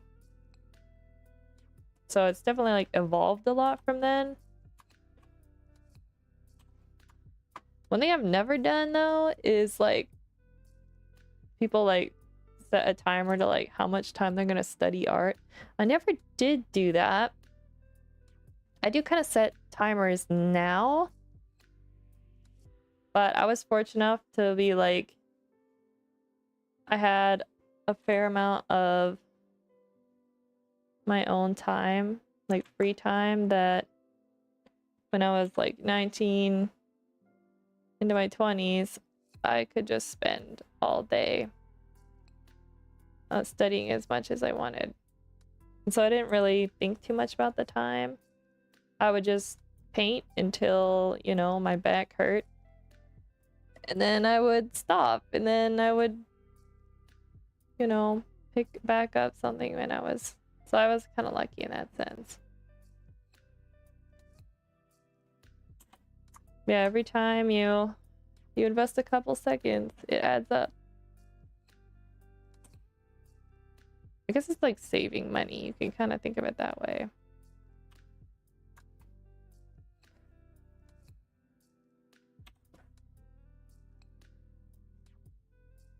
Here we go. Okay, not. There we go. I'm trying to get this lined up right. So I have the eye over pretty far. I don't think that's a good choice. This feels a little awkward. I think I want more space in between the eye here and the side. Alright, we got 30 minutes. No, wait a minute. Hold up, my brain's dying, guys. I'm trying to do math in my head. I think we need to start working on the silly ducks now, actually. I got distracted because I was ranting about Wii Fitness Board and whether or not guinea pigs can live outdoors.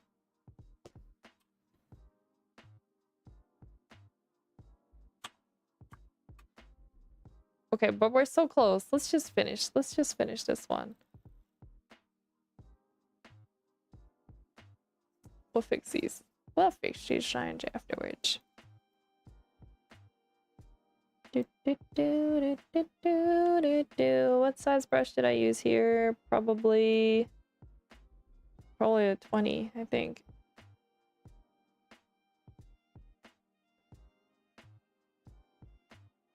There we go.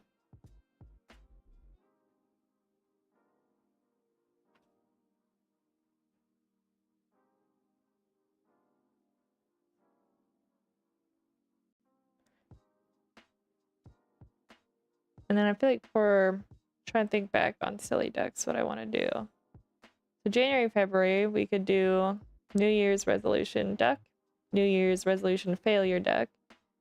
And for the March we could do, I guess spring, something spring related.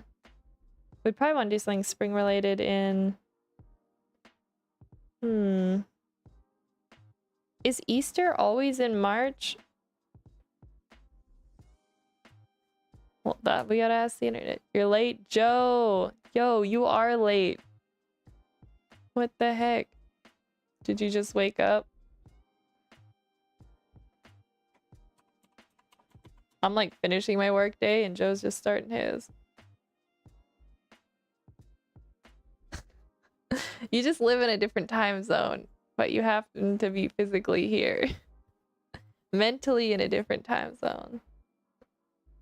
Alright, I think I like these lines. I'm just gonna merge them now, I think.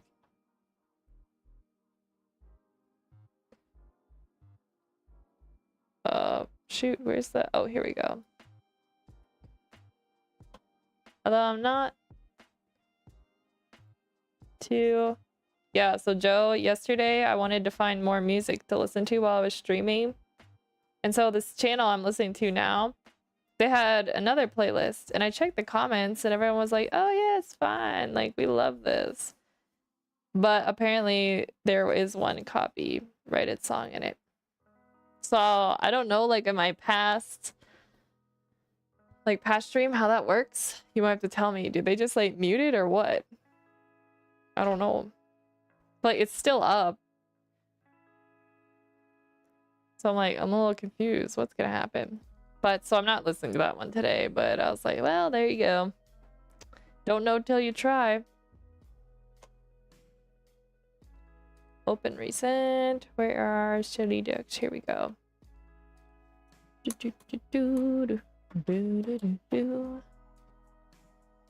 did pretty good, guys. We didn't get that last pose in, but can't win every battle. We gotta get working on the ducks. Especially if we want to have... There is a good lo-fi Legend of Zelda playlist that's saved. Can you send it to me in Discord? That's right, we're doing all Alphonse, guys. This is gonna be tough. This is a lot of metal. Bet. Yes, thank you. Very good. Send me the music. Let's see. This will be just layer fill shade question mark. That's what we're gonna name it. All right. Let's pull up some like metal armor images. Medieval knight armor. Okay. It looks like I've got some good references here. We'll probably see the one I was doing yesterday. Or I wasn't doing, but the one I had pictures of that I had did. But which one should I choose? This one's is this one AI, bro? I swear you can't go anywhere. This one looks real. Thank you, Joe.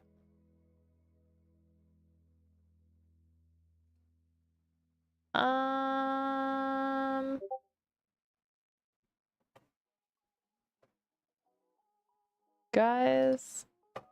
Oh, these look good. Playlist Nintendo chill music. Do you play these on your stream, Joe?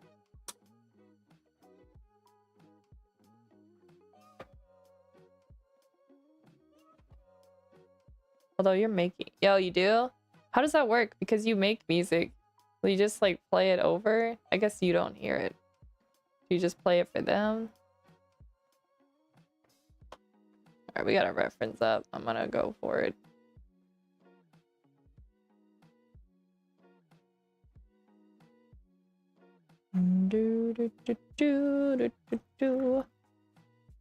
So it's looking like we're gonna want to shade these parts. Oh, I'm gonna make that more blue. I play it while I'm yapping and editing notes. Oh yeah, you know, that's a good idea. Maybe I'll play one now actually. Because I'm tired of listening to the same tracks over and over. Here, I'm just gonna mute this in case my ad block doesn't work. And then, you know, we get an ad, which would suck. Lo-fi Legend of Zelda. That sounds kind of nice.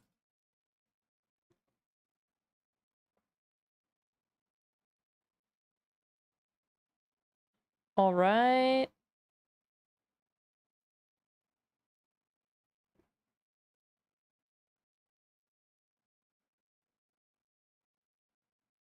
Oh, the music's too low. I know.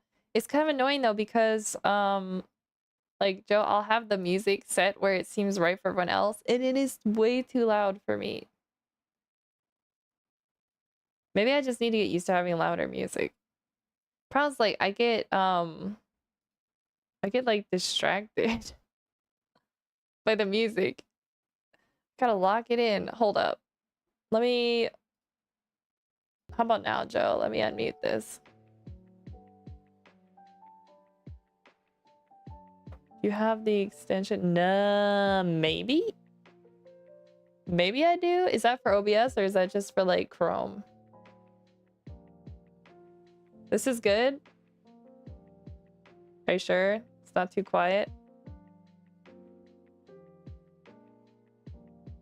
So I could probably turn it up a little bit more. Yeah, I feel like probably before you guys couldn't even hear it.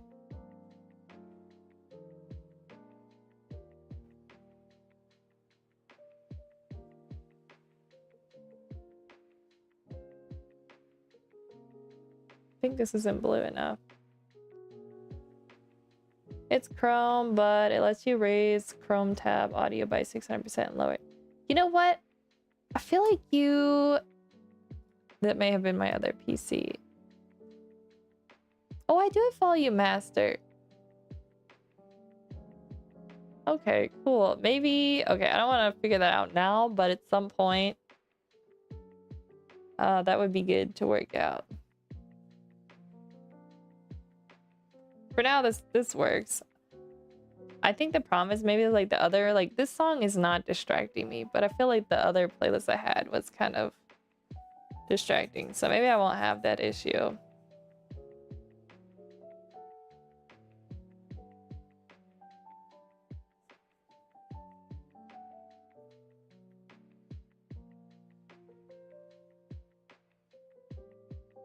Guys, I'm regretting choosing this character. Like, this is gonna be a lot of shading. And imagining how it's gonna be shaded. What was I thinking?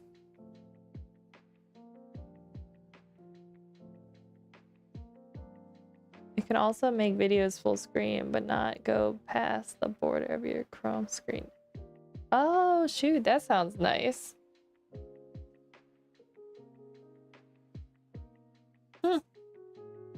I'm not using it.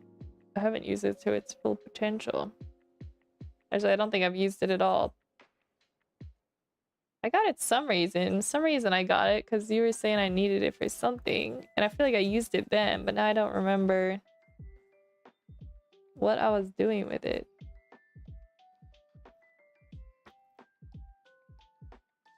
So you can have the full screen video, but it's a tiny.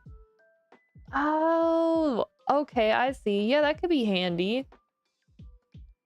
I feel like you probably use that a lot because I feel like you show a lot of like videos and stuff when you're working on your music or whatever. Yo, it's a good playlist. It's like just chilling up. Maybe I need to add more color into this. Not gonna lie, guys. Am I gonna have the brain power to do an art study after this? It's gonna be interesting to see how it turns out because... Oh, Stardew Lo-Fi? Okay, let's go. Is it just the same channel? Minecraft C418 music is also DMC. Oh, really? I didn't know that. Sheesh. Oh, you think so? Yo, somebody fact check Joe.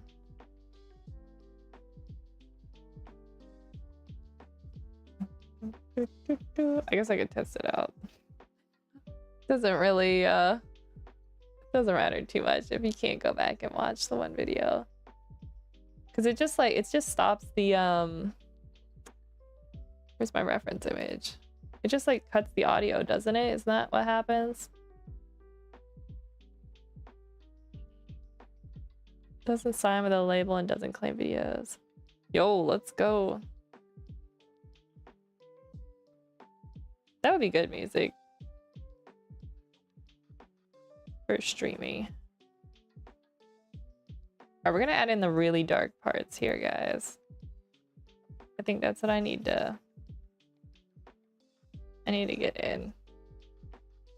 It's like I'm gonna outline almost the edges, like rim everything with dark. And then some parts we're gonna highlight that out, but I think this is the strat. How to fake metal. Because we don't want to get too crazy. You're gonna lurk? Sounds good. Thank you for lurking.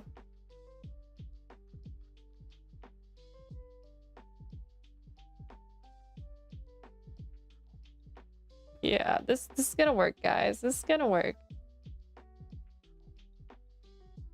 I'm gonna make this really dark up here.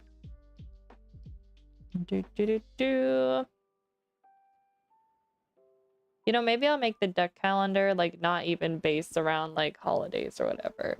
Because you know, everybody does that. Maybe I just make them totally random. I kind of want to make like a rainbow unicorn duck maybe, because that would be really funny. So maybe we do like just totally random. Should I make like a rubber ducky duck? Yo, Joe's, you're not lurking? Oh, the Super Mario Galaxy Duck wait, the Super Mario Duck Galaxy. I got that mixed up. That's so good. Yeah, I had a feeling you would like that one. The background was like, it looked super hard, but it was actually pretty simple. So that's why I decided to add a background to it. I couldn't resist. It just didn't make sense for him to be like flying without a planet in space in the background. Just couldn't do it. You know, it looks like in some of these reference images, we get a little bit of like slight like yellow tarnish to the metal. Towards like the high. Oh, actually, hold up, guys. This looks pretty real. This is gonna be a pain on Sunday when I'm trying to record how I painted this. Oh my gosh, I'm gonna regret that so much. Some poor decisions were made, guys. Let's just say that.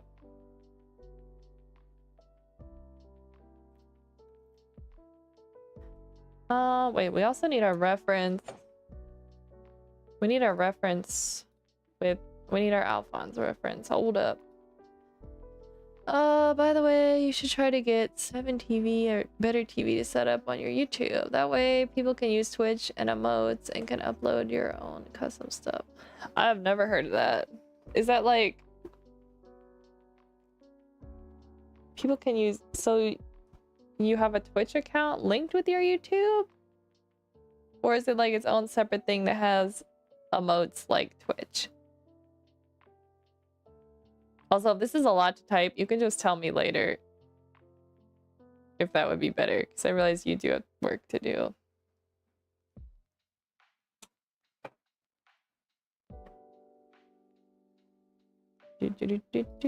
Silly ducks, here we go.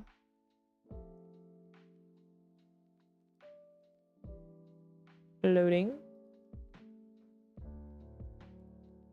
I'm just gonna paste this reference picture in here. This armor picture in with the reference. So looks like we got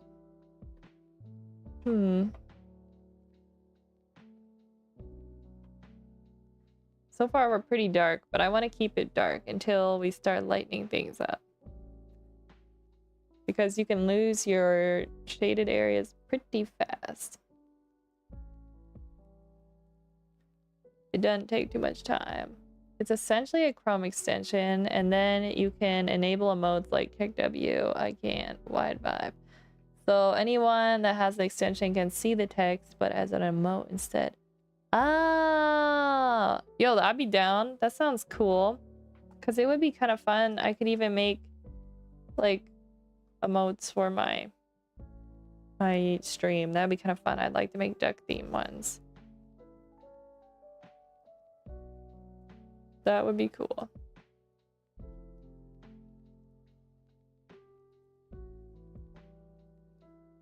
Right now this looks like really old rusted metal, but actually I think this is gonna work.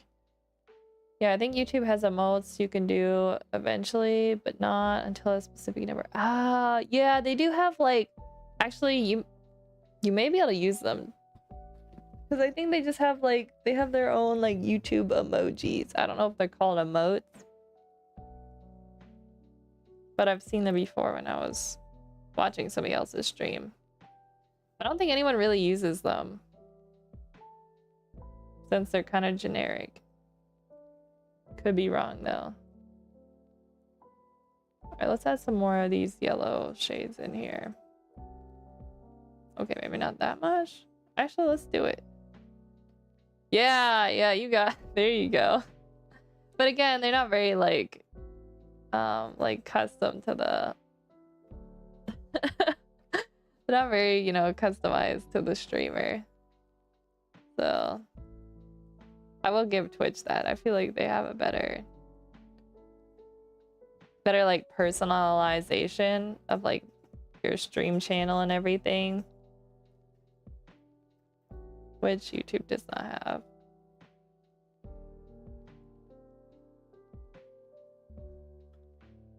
YouTube chat culture is definitely different than Twitch. Even in speeds you chat on YouTube, it's a lot less. Yeah, it's so true. It's very true. I have observed that. I don't watch a lot on Twitch, but when I do, it's very different. I can't English today. It's okay. It's okay because you can Russian, and that's very impressive.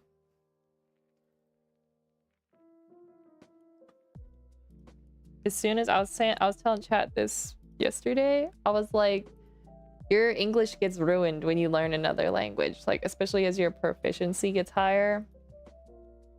So you can use that as an excuse. Your English is terrible because you learned another language. It just cooks your brain. Yep, you're cooked. Yeah, we're both cooked.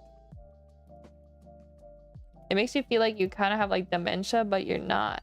Because you actually like, you've added more to your brain, but somehow lost some as well. I don't know how to explain it. Guys, I think I went too dark. Let's do another layer on top of this one. Because I'm spending too much time on these. But I want them to look good. Let's do we have like perhaps overlay? Let's find let's find a screen mode that works. Oh wait, hold up. Divide?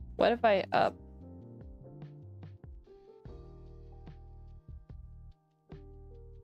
Let's get subtle with it and see what we can do. This won't be the last layer we use. Also, yeah. So we need to use it. Is it working?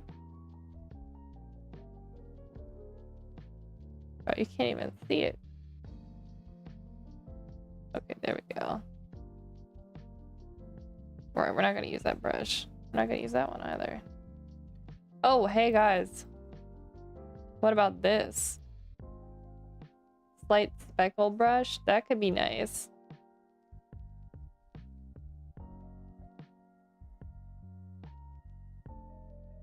Let's do that. Let's add in some... We're gonna bounce our light a little with that one. Let's darken this up down here.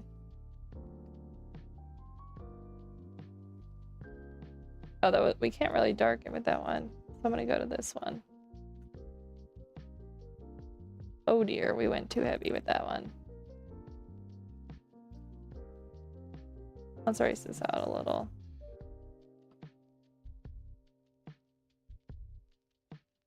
That's lighter. Okay, let's go back to these. Kind of like the greens. So greens should be on one side, because that's the side that our green light will be bouncing from, our imaginary green light, which we do not see. And then let's do, should we do blue light on the other side? Like turquoise blue light. So like over here is our blues, purples.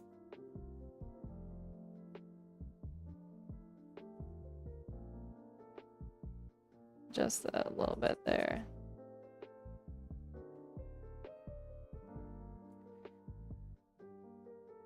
We get a turquoise as we transition.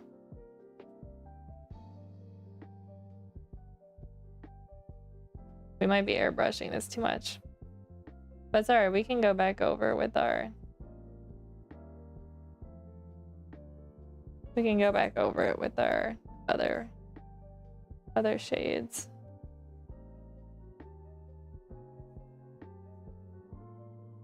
I want to darken this up a lot. Get a little purple in there. I feel like we're getting like a rainbow armor here, but I don't know. I don't hate it. What if, let's copy this layer. I'm gonna leave our highlight layer because I like what's happening there. What if, let's lighten this up. This is actually kind of cool. And then maybe we need to lower, hold up, let's leave it full opacity. Here's what we're gonna do. Lighten it a little more. Should I lower the opacity? And then I'm gonna put a contrast. We're gonna change the contrast on it. Can we up that a little? Let's see if it did anything. All right, let's merge these. All right, so now we're gonna use our eraser, and I have a perfect brush for this. That's the wrong brush. This is the right brush. This is not the right brush. It's the one at the top. I created an eraser that has this speckled. Yeah, so this will erase out. So we'll use that in tandem with probably this brush. Let me pull up my brush thing here.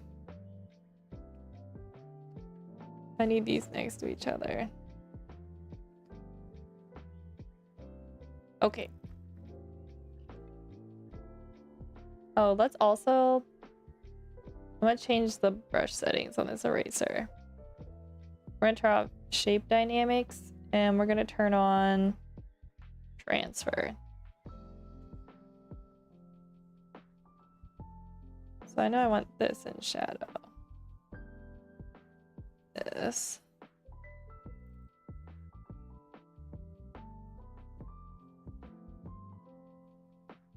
Actually, maybe we'll leave a little.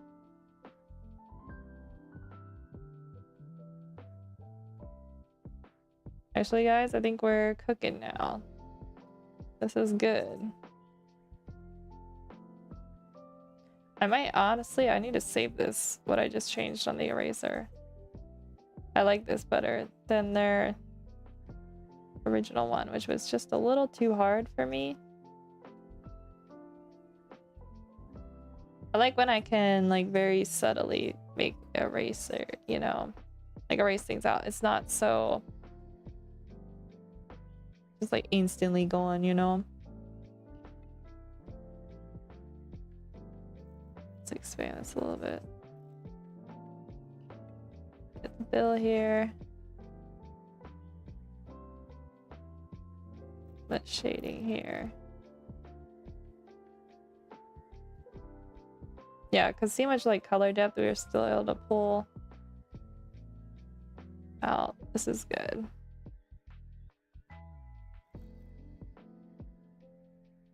Alright, let's freaking darken this a little actually. Maybe not that much. Let's use our lighter shade now. I'm going to use the fluffy wash brush. Yes.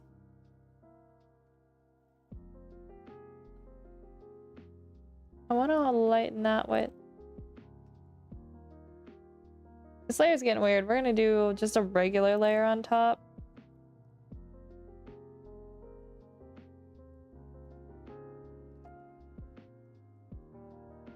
Hold up. I'm just honestly, I'm gonna get little painterly with this because it's like little leather, it's like leather straps kind of there on his hands, or I guess gloves, you would say.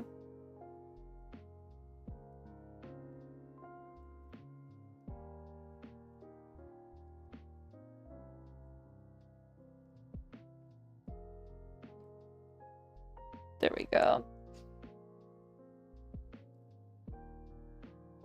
It's getting busy.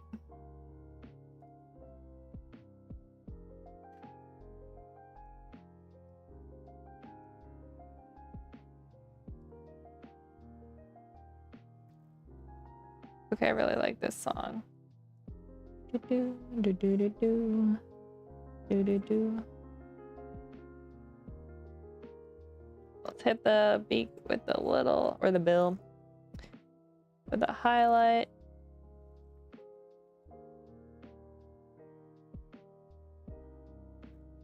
And then let's get one up here.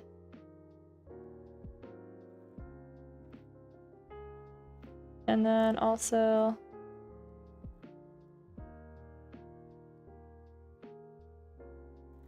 maybe like hit that rim there.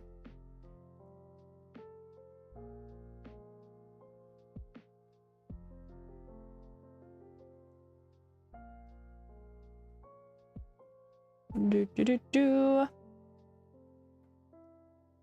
Yeah, this is working. I'm actually surprised, guys. I didn't think I was gonna get this to work. Let's lighten this up actually. More highlight points.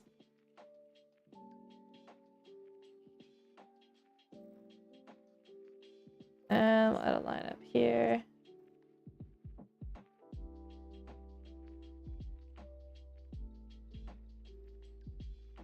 Probably, let me look at this on my other monitor.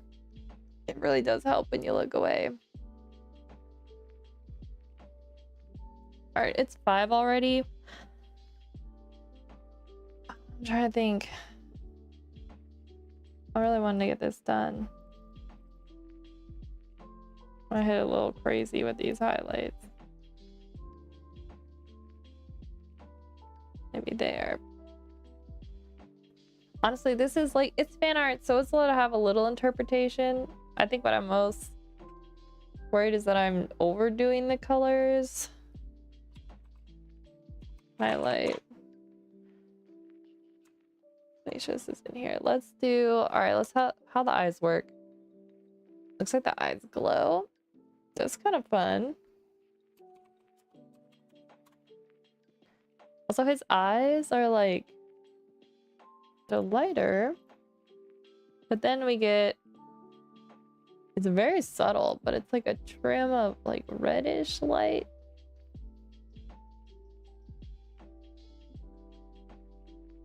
Subtle. Very subtle. Let's bring out the centers a little bit. Actually, I'm gonna leave that. I think I got it right the first time. We're also gonna take a little creative liberty with his ponytail and his little apron thing. I'm gonna make it, theirs is just like gray or white, but I need some color in there. So I'm gonna do like a kind of like a burlappy-ish color. Because if it's white, I imagine it would get dirty anyway. Apron fill. Let's use probably like this. And then we're already 5, so we gotta hurry up, guys. Because we are going to do a paint study, which I was worried about, but honestly, now that I just did this, I actually think I'm gonna be able to handle it. I got my brain in painter mode, so.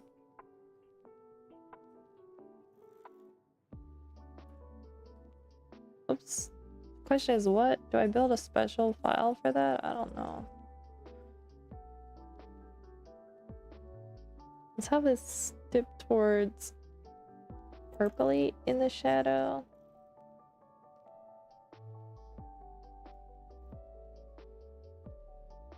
Also, I should be using my...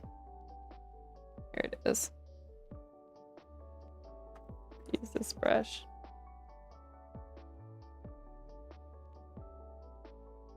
Let's go more to our orangey reds. We transition. And then darken. Oops.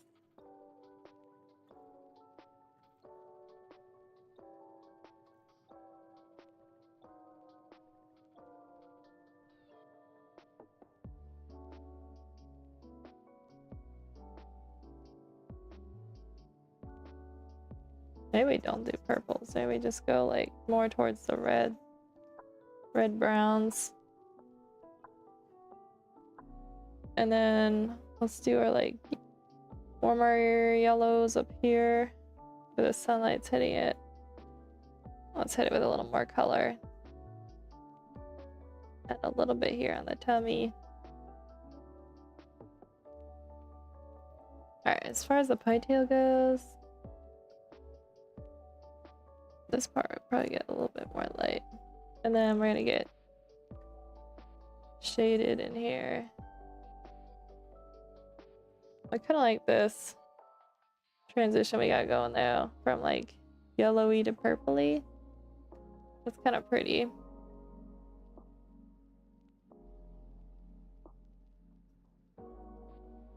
Lighten that up just a hair. All right, cool. Are we happy with it? Mostly. I want to lighten up this a little.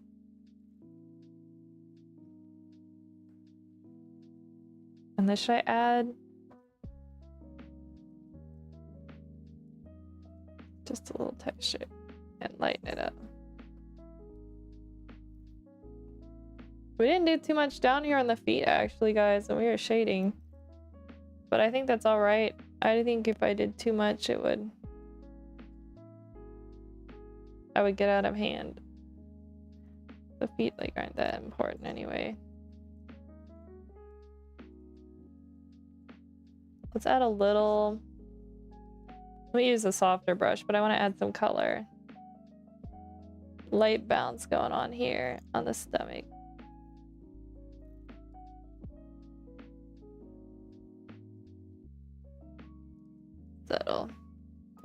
we can change to our texture brush. Just to reinforce it a little bit.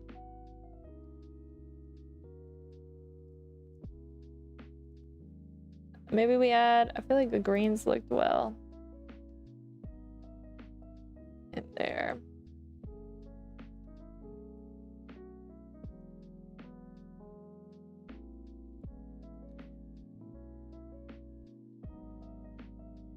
Let's go back up to our turquoise, greens.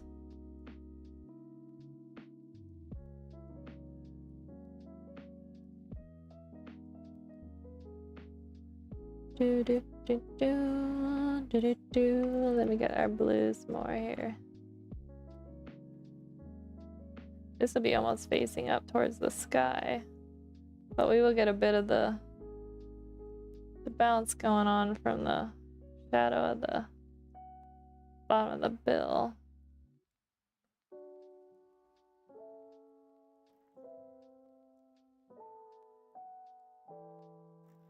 I think we need to also highlight these spikes a little bit.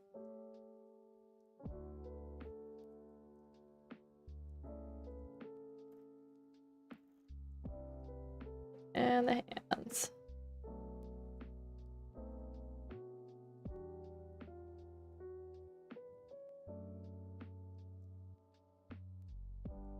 All right, guys, I think I did it.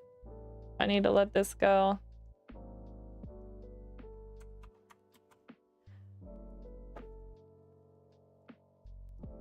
It's good enough. All right, let's look at the two together because this is pretty great.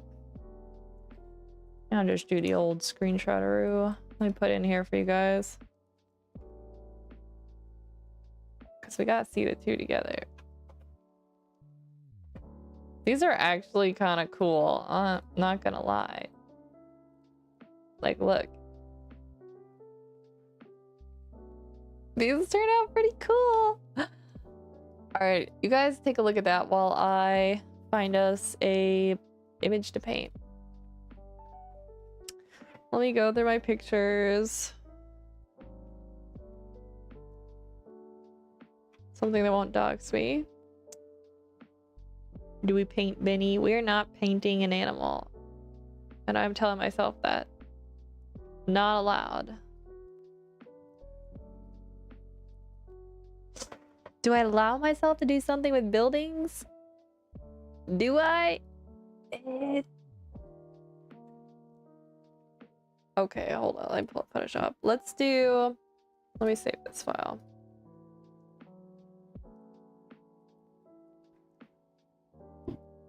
This file is getting huge, guys. I need to back it up.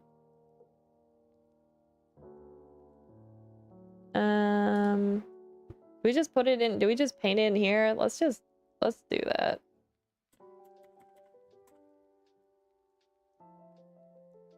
Okay, so I'm thinking like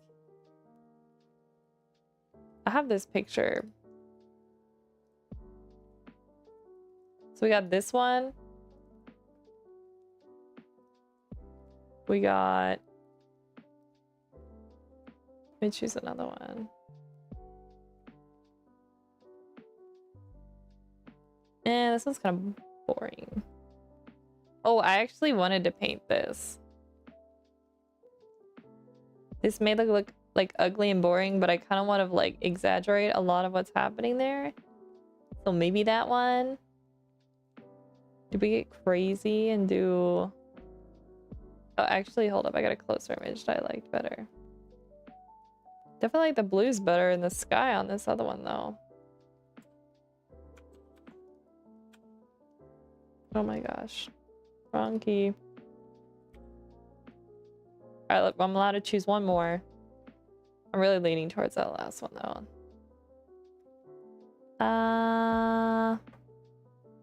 No animals, Emma. We are not doing animals tonight. I low-key keep picking out pictures of animals. Okay, or this shot.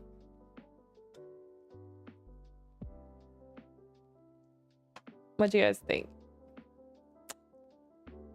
I think might go with I think I might go with this one, guys, just because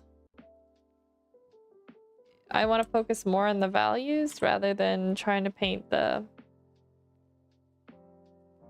like all the little details. So here's how I'm gonna do it. This is how I did another one.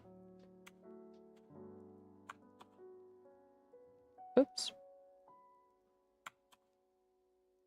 There should be a way where I can move this, right? Yeah, here we go. Let's give myself a little canvas. So if this was real, I would start with a tone canvas. I want like the cliffside to be like warmish, but I'm also loving this weird ugly yellow color, even though it may not be that pretty. So we're gonna start with a base that starts like that. Canvas base. All right, and let's actually leave the canvas. Should I leave the canvas bright? I'm also gonna pull the picture up in front of me so I can look at it bigger.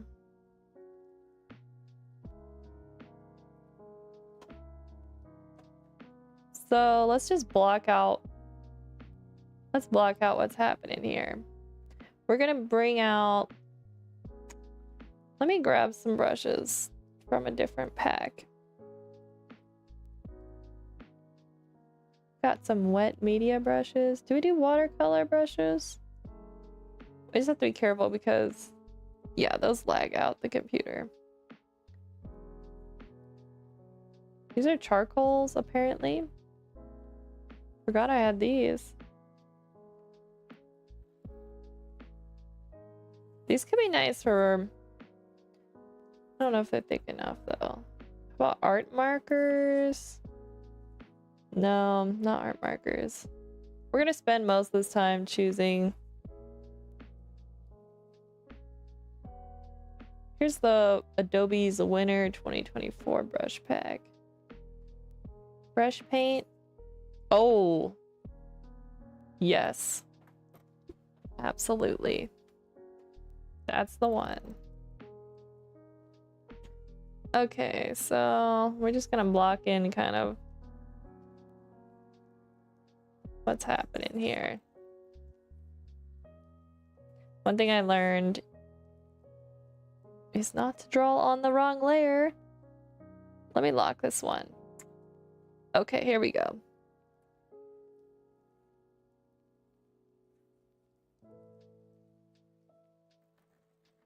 In terms of erasers, I'm just gonna keep this one going.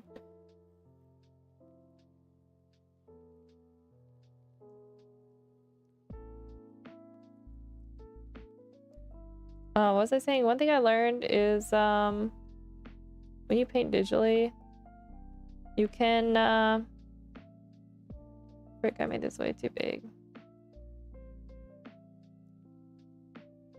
You don't have to worry about how you layer things too much because you can infinitely paint over stuff and it's not gonna matter.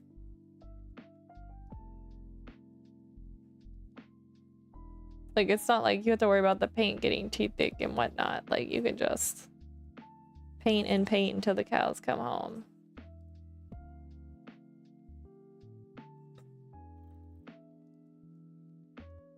Do, do, do, do, do. This land seems to not slope as much as I had it sloping. I'm not gonna worry, we're just gonna erase.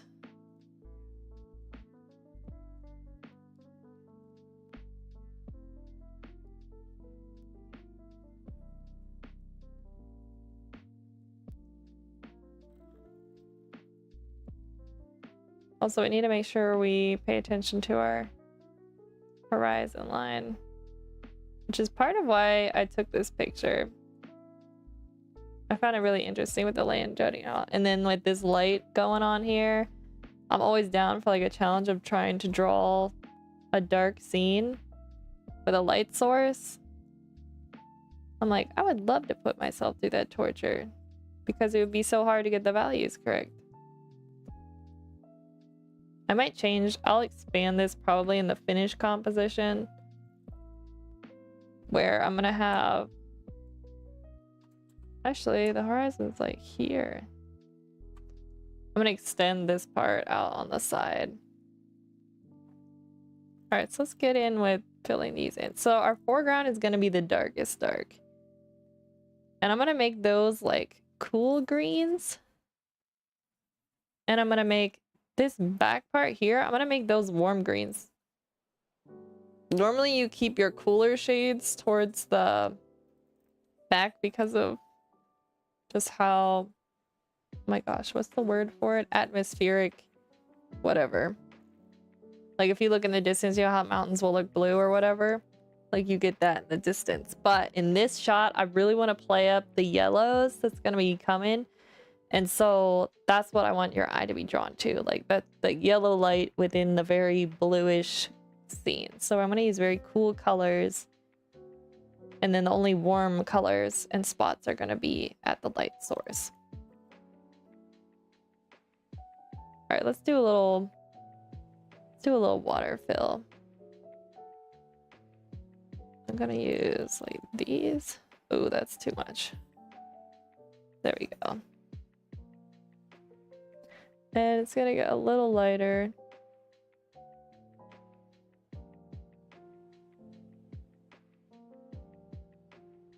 Yeah, I absolutely love this texture. And it gets actually quite dark right before it mixes. And then we get into the sky, which that's probably too bright. The sky I'm gonna make less yellowy and more blue.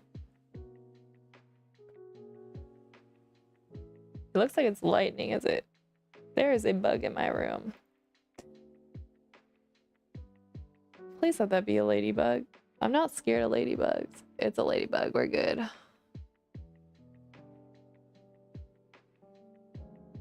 Sounds like I have my window cracked a very tiny amount, and so ladybugs fit in. Which I should probably go shut it now, guys, because it's dark out and every bug and their mom is going to be trying to get in.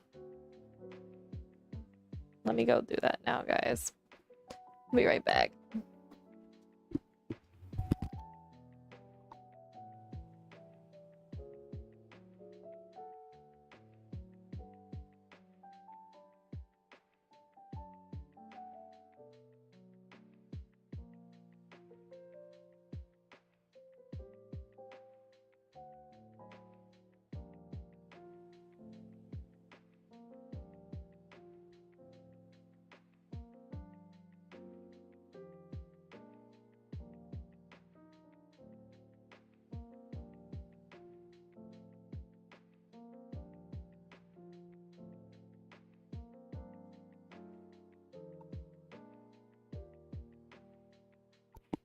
Okay, I'm back.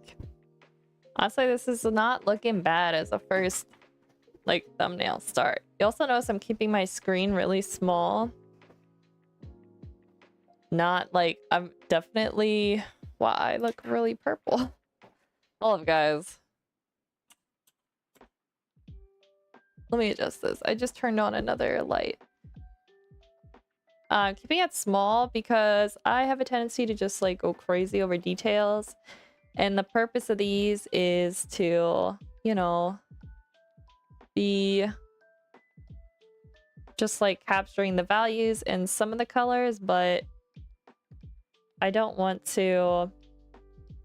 Here we go, show me menu. I don't want to go crazy, you know? Where is that setting in here?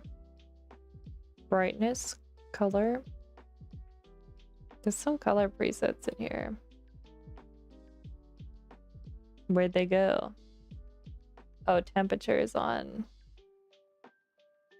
auto. It should be fixing this. Actually, it may not be able to. It's just gonna get really blue. That's all right. We have a lot of different colors. I have a really like warm main light in my room, and then I have a very like a bluish light as my like those LED like rim lights. We're just gonna go with that. At some point I'm gonna get like a proper light. I just haven't done it yet. I quit the... Okay, it's still working. Alright, let's get back to this, guys.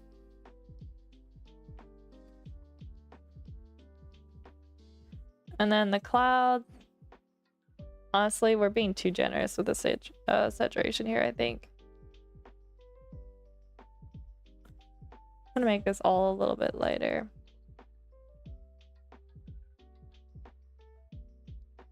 This brush doesn't really blend, only thing. Let's get a little darker. Actually, looks about right.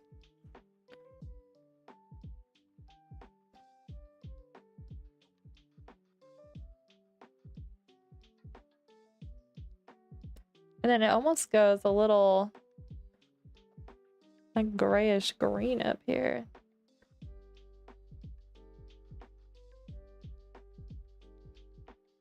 Let's pull these. Let's try and blend this in.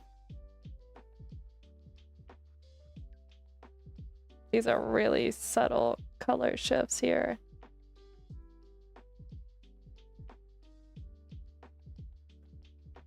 Okay, we're gonna worry about blending these later. But it's a good fill brush we got going, so I wanna keep that going. More darken that down here. We're getting like closer to the water. Is there something crawling on me? Okay, what's this brush do? This one's kind of nice. Do we have something that's... This one's almost like... I use this brush as like a glazing brush.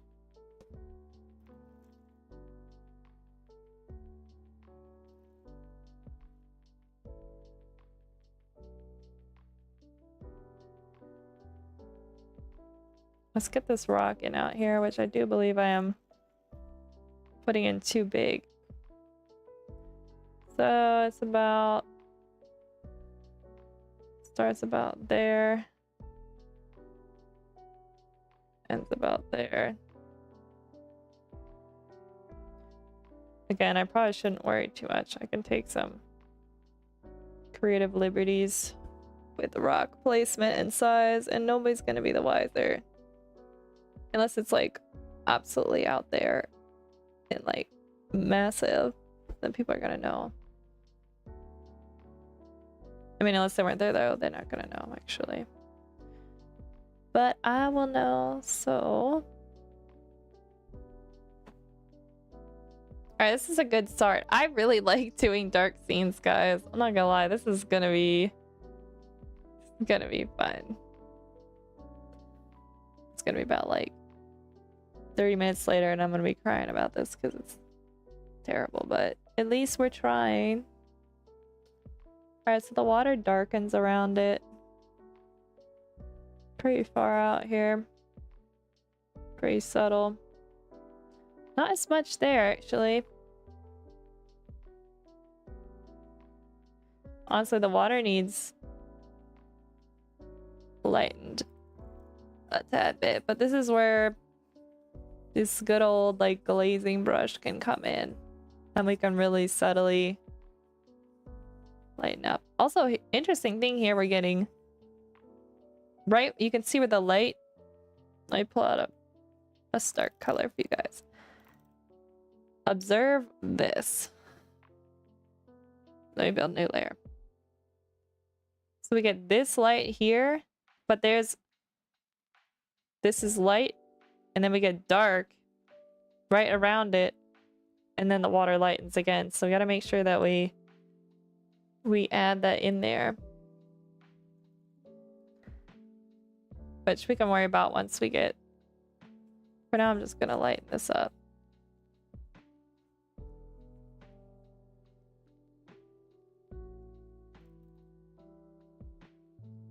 Just a wee bit. And then we get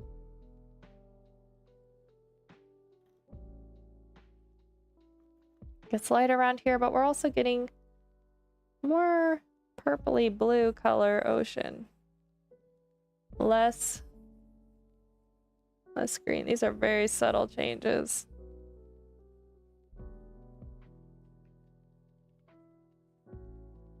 It's amazing just how much things change in such a little, like one little inch of the image to the other. That's why you gotta be careful when you're painting water, so your mind just thinks water. So you might start to go on autopilot and like how to shade everything, but it shifts a lot. So you really gotta keep your brain engaged. I kind of like the idea of the sky being like, because like purple against yellow is going to be a big contrast. I really love the idea of that contrasting as we work up into the yellows, which will be part of this land mass here. So you have like purplish sky into more blue.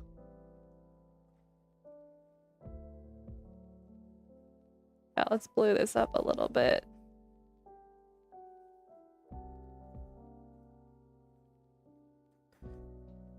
And I'm also gonna, I kind of want to make it a little bluer than they had, guys. Mine might end up being a little darker though too. But I like the idea of it being a little bluer.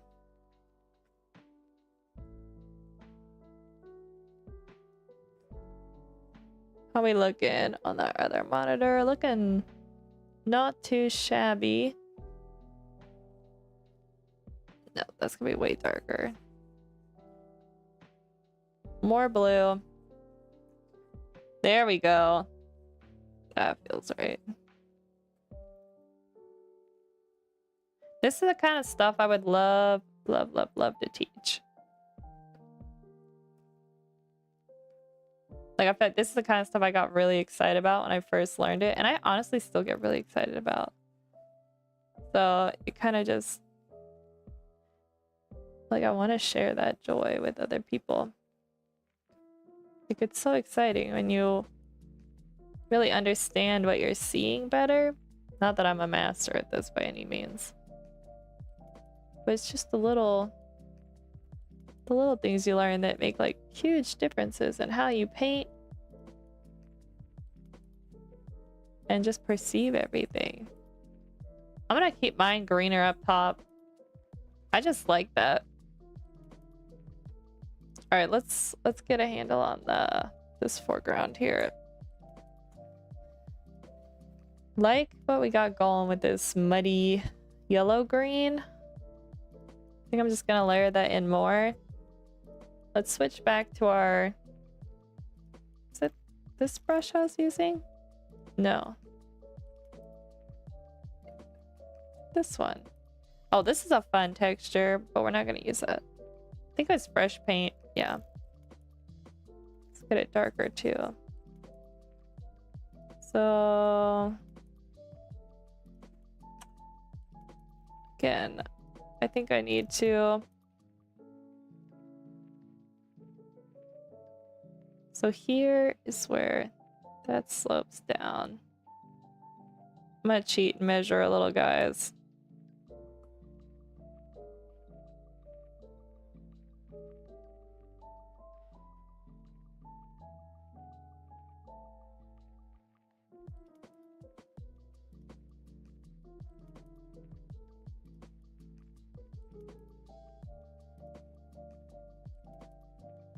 There we go. All right, now back to what we were doing. These are gonna be pretty darn dark, but I probably shouldn't go too crazy.